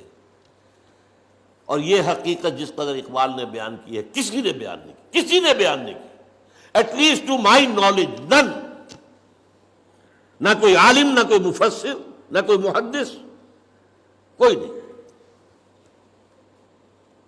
گر تمی خواہی مسلمان زیستن، نیست ممکن جزب قرآن زیستن۔ یہ قرآن کیا ہے؟ کتاب زندہ قرآن حکیم۔ یہ کیا قرآن کو دیکھ رہا تھا، کس انداز میں دیکھ رہا تھا؟ How he was over odd. کتاب زندہ قرآن حکیم، حکمت لا یزال است قدیم، اس کی حکمت، اس کا فلسفہ ہمیشہ قائم رہنے والا اور قدیم ہے۔ یہ وہ فلسفے نہیں جو بدلتے رہے، بدلتے بدلتے رہے۔ حکمت لا یزال است قدیم، حرف اورا ریب نئے، تبدیل نئے، اس کے حرف میں کوئی شک ہو سکتا ہے؟ نہیں۔ کوئی تبدیلی ممکن ہے؟ نہیں۔ آیا شرمندہ تعویل؟ نہیں۔ اس کی آیتوں کی کوئی تعویل ہو سکتی ہے؟ نہیں۔ اور جو اب جملہ آ رہا ہے، فاش گویم آنچے در دل مزمرست، صاحب بتا دوں جو میرے دل میں چھپا ہوا ہے، یہ کتابیں نیست چیزیں دیگر است۔ اسے کتاب نہ سمجھے، کچھ اور ہے۔ تو اللہ کا کلام ہے بھائی، کلام صفت ہوتا ہے، یہ صفت ہے اللہ کی، لہذا اس کے بھی اوصاف وہی ہیں۔ مثل حق پنہاں ہم پیداستو، جیسے اللہ ہے هو الاول والآخر والظاہر والباطن، ایسے ہی یہ قرآن، یہ ظاہر بھی ہے، چھپا ہوا بھی ہے۔ اس کی سطح پر اس کا پیغام ہے، اس کی گہرائیوں میں اس کی حکمت ہے۔ حکمت تک رسائی کرنی ہے، غوطہ زنی کرنی پڑے گی، پوری زندگیاں لگانی ہوگی۔ ہاں، سبق حاصل کرنا ہے، تذکر وہ سطح پر بھی ہو جائے گا۔ مثل حق پنہاں ہم پیداستو، زندہ و پائندہ و گویاستو، زندہ و پائندہ، الحی القیوم، یہ اللہ کی صفات ہے، اللہ کے نام، وہی شان اس قرآن کی ہے۔ اب آخری شعر ہے، یہ ہے اصل میں جس کا چوں بجاں در رفت جاں دیگر شود۔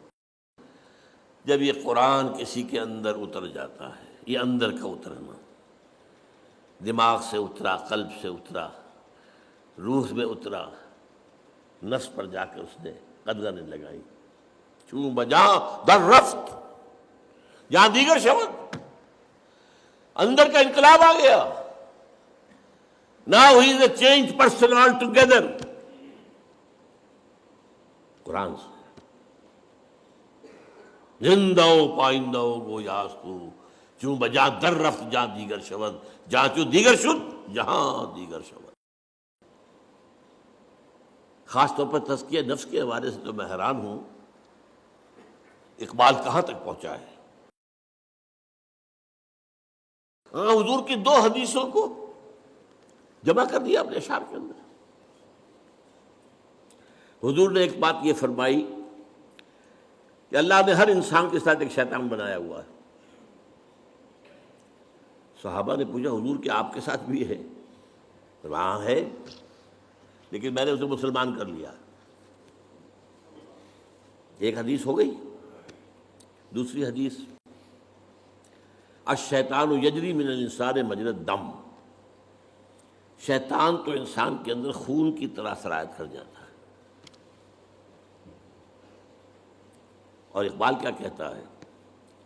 کشتن ابلیس چیزیں مشکل است، ابلیس کو مار دینا تو مشکل کام ہے۔ جہاں کہ وہ گم اندر اعماق دل ہے، وہ تو دل کے گہرائیوں میں جا کے بیٹھتا ہے۔ جب وہ دوران خون کے ساتھ گردش کر رہا ہے تو دل کی گہرائی میں پہنچا ہوا ہے۔ خوشترا باشد مسلمان اشکنی، ہاں بہتر یہ اسے مسلمان بنا لو، کشتہ شمشیر قرآن اشکنی، قرآن کی شمشیر سے اسے ختم کرو، یہ قرآن بھی تمہارے وجود میں سرایت کر جائے گا۔ کیوں بجا در رفت، وہی بات، جہاں دیگر شود، جہاں تو دیگر شد، جہاں دیگر شد۔ یہ ہے قرآن مجید کا ساتھ تزکیہ نفس، تجلیہ روح، تصفیہ قلب، تطہیر فکر۔ اب تیسری بات، یتلو علیہم آیاتہ ویزکیہم۔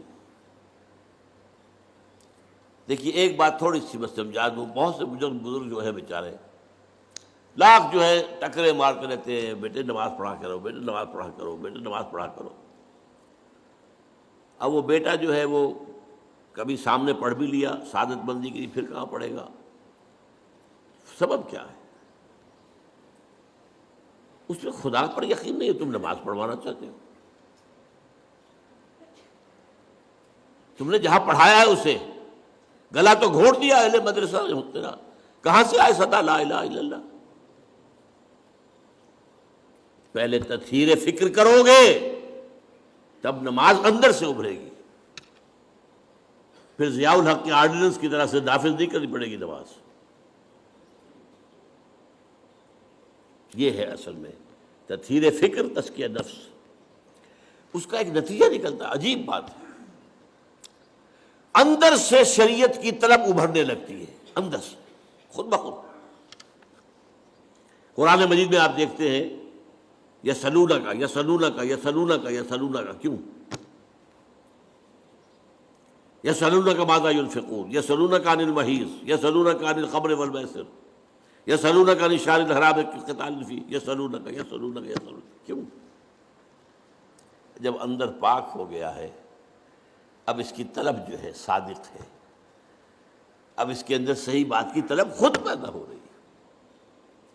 اب نماز کا حکم دو گے وہ پڑھے گا، نماز تو اس کے اندر سے آ گئی ہے، اگ گئی ہے، خود اگائی ہے، صرف شیپ دینی ہے آپ کو اس کو، تو اس کے وجود میں سے سر اوپر سے ابھر آئی ہے۔ اسی لیے تیسرا مرحلہ کیا ہے؟ یعلمہم الکتاب۔ اب کتاب کو یہاں پورا قرآن نہ سمجھیے، کتاب قرآن کا وہ حصہ ہے جو احکام سے بحث کرتا ہے۔ چنانچہ قرآن مجید میں آپ نے دیکھا ہوگا جہاں بھی حکم آنا ہوتا ہے، کتب علیکم، کتب علیکم الصیام، کتب علیکم القصاص، کتب علیکم اذا حضر احدکم الموت ان ترک خیرا الوصیہ، کتب علیکم القتال، ان الصلاۃ کانت علی المؤمنین کتابا موقوتا، یہ کتاب، ولا تعزموا عقدۃ النکاح حتی یبلغ الکتاب اجلہ۔ اگر کسی کو طلاق دی ہے یا کوئی بیوہ ہو گئی ہے عورت، تو عدت کے دوران کوئی رشتہ وشتے کی بات نہ کرو، نکاح جو ہے بعد میں ہی ہوگا جب کہ عدت پوری ہو جائے۔ کتاب سے مراد یا قانون، تو یہ ہے اصل میں لفظ جو کتاب یہاں آیا ہے۔ یہ میں نے کہا تھا یہ چاروں چیزیں قرآن ہیں، آیات قرآنیہ وہ تطہیر فکر کا ذریعہ بنتی ہے، تزکیہ نفس کا ذریعہ بنتی ہے جب وہ اندر گھستا ہے۔ اور اب جو طلب پیدا ہوئی، ہمیں بتایا جائے، ہمیں بتایا جائے، ہمیں بتایا جائے، ظاہر بات ہے جب ان کی طلب کے اوپر بتایا جائے گا تب ان کے اوپر کوئی جبر کرنے کی تو ضرورت پیش نہیں آئے گی، وہ اندر سے ابھرے گا۔ شریعت خود بخود گویا کہ اب کھیتی تیار ہے، بیج ڈالو، جب کھیتی تیار نہیں ہے، اندر خبث بھرا ہوا ہے، جو آپ کی مٹی ہے وہی اس کے اندر ہی خرابی ہے، تو آپ کا بیج بھی ضائع جائے گا۔ حل آپ نے چرائے نہیں، بیج ڈالا ہے، کیا ہوگا؟ یہ کام یتلو علیہم آیاتہ ویزکیہم ویعلمہم الکتاب، یہی وجہ ہے آپ دیکھیے شروع میں احکام کیوں نہیں آئے؟ شروع میں وہ کام ہو رہا ہے، یتلو علیہم آیاتہ ویزکیہم، یہ دو کام مکے میں ہو رہے ہیں۔ یعلمہم الکتاب مدینے میں آ کر ہو رہا ہے۔ سورہ بقرہ سے شروع ہو رہی ہے شریعت، سورہ نساء، سورہ مائدہ، شریعت کی ہے۔ تو یعلمہم الکتاب، اور جو سب سے چوٹی کا معاملہ ہے والحکمہ، یہ حکمہ جو ہے میں آپ کو اشارہ کر چکا ہوں، آج کے دور کی ہائیسٹ شے یہ حکمت ہے۔ لیکن ابھی جبکہ انسان اپنے شعور کی منزلیں طے کر رہا تھا، پہلے تفصیل سے آ چکی ہیں یہ باتیں، حکمت وہاں تھی ہی نہیں، آکام ہی آکام تھے، دی 10 کمانڈمنٹس، حضرت موسیٰ کے عہد تک کا معاملہ یہ ہے۔ حکمت پہلی مرتبہ لفظ آتا ہے انجیل کے لیے، یعلمہم الکتاب والحکمہ والتوراۃ والانجیل، تورات صرف آکام، انجیل میں حکمت بھی ہے۔ قرآن میں آیات بھی ہیں، تزکیہ کا عمل بھی ہے، قانون بھی ہے، حکمت بھی ہے۔ حکمت کسے کہتے ہیں؟ پہلی بات تو یہ کہ حکمت بھی کوئی قرآن سے باہر کی شے نہیں ہے، بلکہ اس کا جزو لا ینفک ہے۔ سورہ بقرہ میں فرمایا یؤتی الحکمت من یشاء ومن یؤت الحکمت فقد اوتی خیرا کثیرا، اللہ جسے چاہتا ہے حکمت عطا کرتا ہے، اور جسے حکمت عطا کر دی جائے اس کو تو بہت بڑا خیر عطا کر دیا گیا۔ اس کو فرمایا سورہ بنی اسرائیل میں ذالک مما اوحی الیک ربک من الحکمہ، اے نبی یہ ہیں وہ باتیں جو حکمت کے قبیل سے ہم آپ کے رب نے آپ پر وحی کی۔ تو چاروں چیزیں قرآن میں، البتہ حکمت کو اب سمجھیے کہتے کسے ہے حکمت؟ حکمہ، کوئی چیز مضبوط ہو گئی، پختہ ہو گئی، اسی سے نسبت استحکام، استحکام، کوئی چیز مضبوط ہے، وہ اپنے خلاف اقدام کا دفاع کر سکتی ہے، مستحکم طاقت۔ یہ ہے در حقیقت تعلیم و تربیت محمدی صلی اللہ علیہ وسلم کا درجہ خصوصی۔ حکمت کا ہر شخص اہل نہیں ہوتا، اور عرب قوم بحیثیت مجموعی حکمت کی اہل نہیں تھی، اسی لیے حضور نے سلمان فارسی کی طرف اشارہ کیا تھا کہ حکمت چاہے سریا پر بھی ہوگی، اس کی قوم کا کوئی شخص اس کو لے آئے گا، اور گمان یہی ہے کہ یہ حضرت امام ابو حنیفہ رحمۃ اللہ علیہ کی، اس لیے کہ عرب جو ہے فلسفی نہیں تھے، منطقی نہیں تھے، سلیم الفطرت لوگ، فطرت کے ساتھ ہم آہنگی یہ تھی، لہذا قرآن کی دعوت ان کے دل میں جا کر لگ گئی۔ ایرانی فلسفی تھے، یونانی فلسفی تھے، ہندی فلسفی تھے، چینی فلسفی تھے، پھر جب قرآن مجید آیا ہے تو پھر ظاہر بات ہے کہ حضور کے بھی ساتھیوں میں سے کچھ تھے کہ جن کو اللہ تعالیٰ نے یہ حکمت دی ہے۔ وہ میں نے کہا بحیثیت مجموعی عرب قوم کا مزاج جو ہے وہ فلسفیانہ اور حکمت والا نہیں تھا، ان میں عمل کا مادہ، جوش، جذبہ، ایک بات مان لی ہے اب جان دے دیں گے، زبان دے دی ہے اب وعدہ خلافی نہیں کریں گے، مہمان آ گیا خود بھوکے رہ جائیں گے اسے کھلائیں گے، باپ کا قاتل بھی آ گیا پناہ مانگ لی ہے تو پھر اب اسے کچھ نہیں کہیں گے، حرم میں دیکھ لیا باپ کے قاتل کو کچھ نہیں کہیں گے، یہ حرم میں، یہ ان کے اوصاف کچھ تھے، فطرت کے قریب تھے لوگ، لیکن حکمت نہیں۔ لیکن البتہ جو بدقسمتی ہماری ہوئی ہے، ہمارے ہاں قرآن مجید بہت جلد بیک گراؤنڈ میں چلا گیا، میری ایک کتاب ہے دعوت رجوع القرآن کا منظر اور پس منظر، اس میں 6 صفحے کا ایک مضمون ہے جو مجھے بہت عزیز ہے، بہت عزیز ہے۔ حضور کے زمانے میں 2 ہی چیزیں تھیں اصل، ایک ہاتھ میں قرآن، ایک میں تلوار، خلاص۔ قرآن سے ایمان، ایمان سے جہاد، درمیان میں جنکشن کیا ہے؟ قلب۔ قرآن سے ایمان اور ایمان کا منظر جہاد۔ انما المؤمنون الذين آمنوا بالله ورسوله ثم لم يرتابوا وجاهدوا باموالهم وانفسهم في سبيل الله۔ بعد میں جب حکومت بڑی قائم ہو گئی، سلطنت بن گئی، اب زیادہ اہمیت ہو گئی قانون کی۔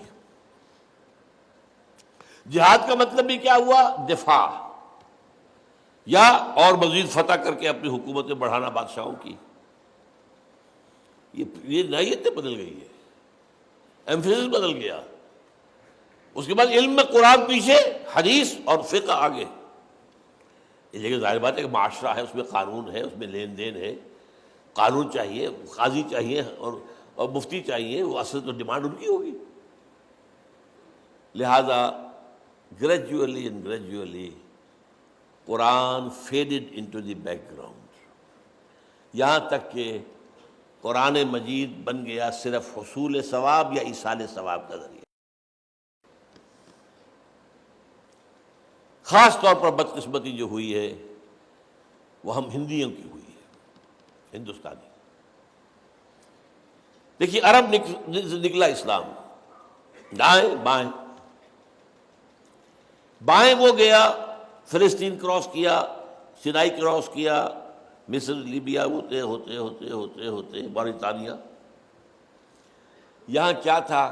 کلچرل ویکوم تھا، نہ کوئی تہذیب تھی، نہ کوئی تمدن تھا، نہ کوئی زبان تھی، لہذا عربی چھا گئی،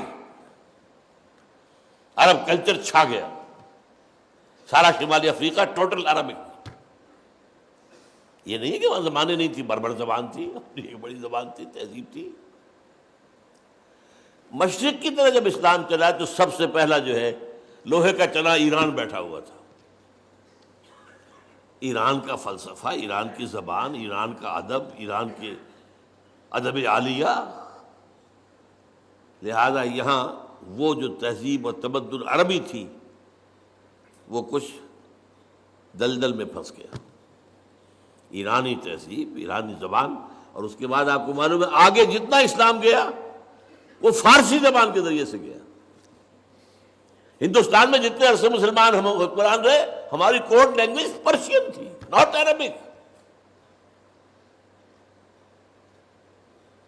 یہ ہے اصل میں حادثہ جو ہمارے ساتھ ہوا ہے۔ اس صورتحال میں علامہ اقبال کی جو تشخیص تھی یا شیخ الہند رحمۃ اللہ علیہ کی تشخیص تھی، اس کو میں نے اپنا سٹارٹنگ پوائنٹ بنایا تھا۔ جب 5ویں جماعت میں پڑھتا تھا، مجھے میرے بڑے بھائی صاحب نے لا کے دی تھی بانگ درا، اور میں پڑھتا تھا اس کو، کچھ ترنم سے پڑھتا تھا، کچھ کیونکہ ترنم دے رکھا تھا اللہ نے مجھے، اب تو نہیں ہے، تھا کبھی تو سمجھ میں آتا بھی تھا، نہیں بھی آتا تھا، لیکن ایک شعر چپک گیا، وہ زمانے میں معزز تھے مسلمان ہو کر اور تم خار ہوئے تاریک قرآن ہو کر۔ This is the essential reason زوال اسلام، قرآن مجید سے دوری۔ خاص طور پر بادشاہوں نے پردے ڈالے قرآن پر، علماء نے پردے ڈالے قرآن پر۔ اب ہم اگر قرآن پڑھیں گے تو ہمیں جانچیں گے یہ کون لوگ ہیں، ان کا کردار تو وہ نہیں ہے جو قرآن پیش کر رہا ہے۔ لہذا بہتر ہے یہی بہتر الہیات میں الجھا رہے، یہ کتاب اللہ کی تعویلات میں الجھا رہے۔ اور فلسفہ، جب قرآن کا فلسفہ ختم ہوا، حکمت ختم ہوئی، تو فلسفہ یونان آ گیا، اس کے ڈنکے بجے۔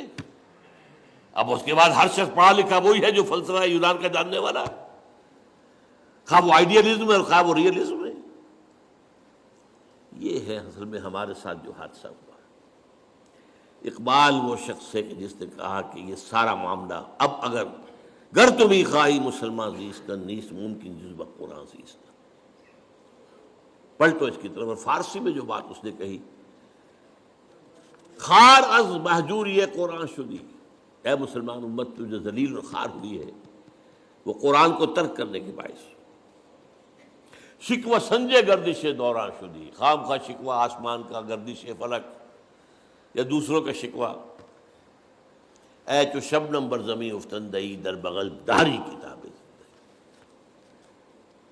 یہ کتاب زندہ ہی ہے، اسی کے لیے رجوع. یہ میں نے جو اپنے 50 برس بسر کیے ہیں اللہ وجل بصیرت کیے ہیں، یوں نہیں کیا ہے.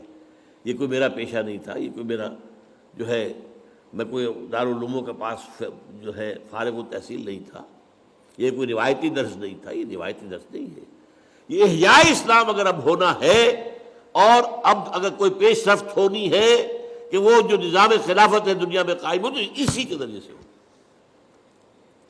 اب تھوڑی سی بات کر کے بات ختم کر رہا ہوں. میں تربیت کے اندر تنظیم کا لفظ بھی آیا تھا، اس پر ابھی گفتگو نہیں ہوئی ہے. میں نے کہا تھا نا کہ انقلابی جماعت جب تک منظم نہ ہوگی اس کی تو فوج کی طرح کی تنظیم ہونی چاہیے. جیسے فوج میں ہوتا ہے کہ there is not to reason why, there is but to do and die.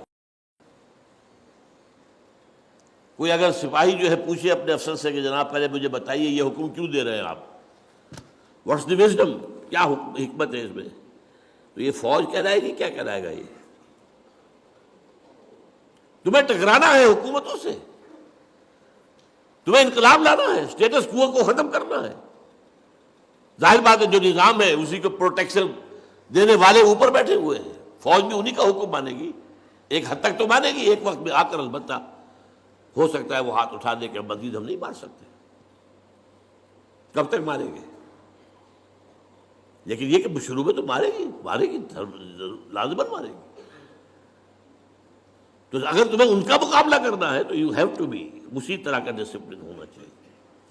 Army discipline, military discipline اگر نہیں ہے تو آپ انقلابی عمل کی طرف آگے نہیں بڑھ سکتے. اور اس کا نام ہے قرآن مجید کی اصطلاح میں سمع و طاعت، لسن اینڈ اوبے. بالکل وہی انگریزی کا لفظ ہے، listen and obey. Charge of the light brigade ایک نظم مجھے بہت پسند ہے. کسی غالباً یہ جو خانہ جنگی تھی امریکہ کے اندر اس کے دوران کا واقعہ ہے کہ 600 سواروں کا ایک دستہ تھا، اسے حکم دیا گیا چارج دی لائٹ بریگیڈ. یہ لائٹ بریگیڈ جو ہے چارج کرے، حملہ کرے. اور انہیں معلوم تھا cannons to left of them, cannons to right of them, cannons in front of them. اس میدان کے داہنی طرف بھی توپیں لگی ہوئی تھی، بائیں طرف بھی توپیں لگی ہوئی تھی، سامنے بھی توپیں تھی. Volleyed and thundered. توپیں جو ہے وہ گولوں کے بوچھار کر رہے ہیں، اور تھنڈرڈ جو گولوں کی توپوں کی آواز ہوتی ہے. تو خیال یہی ہوا کہ someone has blundered، کسی نے بڑی غلطی کی، بڑی غلطی کی، بڑی غلطی کی. But there's not to reason why, there's but to do and die. So into the valley of death rode the 600. 600 کے 600 ختم. آرمی اس کا نام ہے. اس نظم جماعت کے لیے قرآن مجید نے سمع و طاعت کی اصطلاح استعمال کی. البتہ اس میں تربیت کے 2 آتے ہیں مرحلے. پہلا مرحلہ کیا ہے؟ No formal organization whatsoever. You have come to believe in Muhammad sallallahu alaihi wasallam that he is the messenger of Allah. You have to obey him. That's all. ایمان کا تقاضا، یہ ایمان بالرسالت کے اوپر ہے کہ جو نظم قائم ہو رہا ہے. وہ تو معصوم ہے. ما ينطق عن الهوى ان هو الا وحی یوحی وما ارسلنا من رسول الا ليطاع باذن الله واطیعوا الله واطیعوا الرسول واطیعوا الله واطیعوا الرسول فان توليتم فانما على رسولنا البلاغ المبین. تو پہلی جو اطاعت ہے سمع و طاعت، وہ کسی فارمل بیعت وغیرہ کا ذکر نہیں ملتا ہے، بلکہ وہ صرف ایمان کا لازمی تقاضا حکم ماننا، سمپل. فطری لوگ تھے، اس کے بعد آگے انہیں کوئی اور دلیل کی ضرورت نہیں تھی. یہی وجہ ہے جو بہت ہی نازک مرحلہ آیا تھا غزوہ بدر سے پہلے. حضور نے جب ایک مجلس مشاورت منعقد کی ہے اور صاف کہہ دیا دیکھو مسلمانوں، ایک لشکر شمال سے آ رہا ہے، لشکر نہیں قافلہ، اور وہ مال غنیمت سے لدا فدا ہوا، مال تجارت سے، اور اس کے بعد محافظ بھی تھوڑے سے 40-50 ہیں. ایک لشکر جنوب سے آ رہا ہے، کیل کانٹے سے لیس، اور اللہ کا وعدہ ہے کہ ان دو میں سے ایک ضرور تمہیں دے دے گا، تمہیں فتح دے دے گا. ناؤ ٹیل می، مجھے مشورہ دو، اشیرونی، کدھر چلے؟ ادھر چلے یا ادھر چلے؟ کچھ ہمارے جیسے لوگ بھی ہوں گے، ان کا کہ پہلے چلے قافلے کو لوٹ لے، تھوڑے آدمی آسانی سے فتح ہو جائے. اور حضور دیکھیے ہمارے پاس تو تلواریں بھی نہیں ہیں، نیزے بھی نہیں ہیں، تو کم سے کم 50 ان کے جو آدمی ہیں ان کا ہتھیار تو ملے گا، پھر لشکر سے لڑ لیں گے. اب اللہ کی مشیت اور ہے، رسول کی مشیت وہی ہے جو اللہ کی ہے. بار بار کہہ رہے اشیرونی اشیرونی، مجھے مشورہ دو. مقداد ابن اسود کھڑے ہوئے، حضور ہمیں آپ موسیٰ کے ساتھی نہ سمجھیے جنہوں نے کہہ دیا تھا فَذَهَبْ أَنْتَ وَرَبُّكَ فَقَاتِلَا إِنَّا هَاهُنَا قَاعِدُونَ. نہیں، آپ بسم اللہ کریں، جو آپ کا ارادہ ہو ہم حاضر ہیں. ابو بکر عمر ایک سے ایک بڑھ کر تقریریں کر رہے ہیں. حضور پھر بھی کہہ رہے اشیرونی، مجھے مشورہ دو. اب خیال آیا حضرت سعد کو رضی اللہ تعالیٰ عنہ، رئیس انصار. او یہ ہماری طرف اشارہ ہے. کانک تعنینا یا رسول اللہ، اے اللہ کے رسول، معلوم ہوتا ہے آپ کا روح سخن ہماری طرف. اس کی وجہ کیا تھی؟ بیعت عقبہ ثانیہ جو ہوئی تھی اس میں طے یہ تھا کہ اگر مدینے پر حملہ ہوا اور قریش مکہ آئے آپ کو ختم کرنے کے لیے تو ہم آپ کی حفاظت کریں گے جیسے اپنے اہل و عیال کی کرتے ہیں. That was the promise. ابھی مدینے پر حملہ ہوا نہیں ہے، یہ تو حضور پری ایمپٹ کر رہے ہیں، لہذا وہ جو ہے وعدہ وہ کور نہیں کر رہا اس کو. ادھر یہ ہے کہ 313 میں سے مہاجر تو وہ 80-85 تھے، باقی سارے انصاری تھے. قوت جو ہے میکسیمم جو ہے وہ انصار کی تھی. تب انہوں نے کہا کانک تعنینا یا رسول اللہ، شاید آپ کا روح سخن ہماری طرف ہے. اور پھر جو پیارے الفاظ فَإِنَّا آمَنَّا بِكَ، تو اے نبی ہم آپ پر ایمان لا چکے ہیں، وَصَدَّقْنَاكَ، ہم آپ کو تصدیق کر چکے ہیں. اب ہمارے پاس کہاں چوائس ہے؟ جو آپ کا ارادہ ہو بسم اللہ کیجئے. کیا عجب کہ اللہ تعالیٰ آپ کو ہمارے ذریعے سے آنکھوں کی ٹھنڈک عطا فرمائے. اور اگر آپ برق غماد تک پہنچ جائیں گے تو ہم بھی اپنی اونٹنیوں کو دبلا کر دیں گے، پہنچیں گے وہاں تک. اور اگر آپ سمندر کے کنارے کھڑے ہو کر آپ نے اپنی سواری سمندر میں ڈال دی، ہم بھی ڈال دیں گے. تو بہرحال اصل تو بنیاد جو تھی سم و طاعت کی وہ تھی رسالت پر ایمان. لیکن پھر جب بات پھیلی ہے، آگے بڑھی ہے، تنظیمی ڈھانچہ بڑھا ہے، پھر جب کہ مکے سے نکل کر بعد مدینے میں پہنچ گئی ہے، اب آپ نے بیعت کا انسٹیٹیوشن شروع کیا. اور اس میں جو بیعت ہے وہ نوٹ کر لیجئے، اس سے زیادہ پروفاؤنڈ حدیث کا تصور میں نہیں کر سکتا. A full constitution of a revolutionary party, کتاب لکھی جا سکتی ہے اس میں. حضرت عبادہ ابن ثابت فرماتے ہیں رضی اللہ تعالی عنہما، اور یہ متفق علیہ روایت ہے بخاری اور مسلم دونوں کی، بایعنا رسول اللہ صلی اللہ علیہ وسلم علی السمع والطاعت فی العسر والیسر والمنشط والمکرہ وعلی اثرۃ علینا وعلی لا ننازل امر اہلہ وعلی نقول بالحق اینما کنا لا نخاف فی اللہ لومۃ لائم. 10 آئٹم ہم نے بیعت کی تھی اللہ کے رسول سے. آپ کا ہر حکم سنیں گے اور مانیں گے، چاہے مشکل ہو چاہے آسان، چاہے ہماری طبیعتیں آمادہ ہو چاہے ہمیں اپنی طبیعتوں پر جبر کرنا پڑے. اگر آپ کی رائے بھی وہی ہے جو حضور کا حکم ہے تو آپ کا کشادہ ہوگا سینہ. اور اگر آپ کے خیال میں رائے کوئی بہتر کوئی اور تھی تو پھر یہ کہ آپ کو اپنی طبیعت پر جبر کرنا ہوگا، ماننا پڑے گا۔ چاہے آپ دوسروں کو ہم پر ترجیح دے دیں، ہم یہ نہیں کہیں گے کہ ہم آپ کے پرانے خادم یا آپ نے نیو کمر کو ہمارے اوپر امیر کیسے بنا دیا، اور جسے آپ امیر بنائیں گے ان سے بھی جھگڑیں گے نہیں، ان کی بھی اطاعت کریں گے۔ ہاں جہاں بھی ہوں گے ہم حق بات کہیں گے ضرور، مشورہ اپنا ضرور دیں گے، اور ہم کسی بھی ملامت کرنے والے کی ملامت کے خوف سے اپنی زبان بند نہیں رکھیں گے۔ This is the most profound constitution of Hezbollah. اتنی لمبی حدیث، اور ہمارا افلاس، ہماری بد نصیبی، ہماری بدبختی کسی مذہبی جماعت کا بھی دستور یہ نہیں ہے۔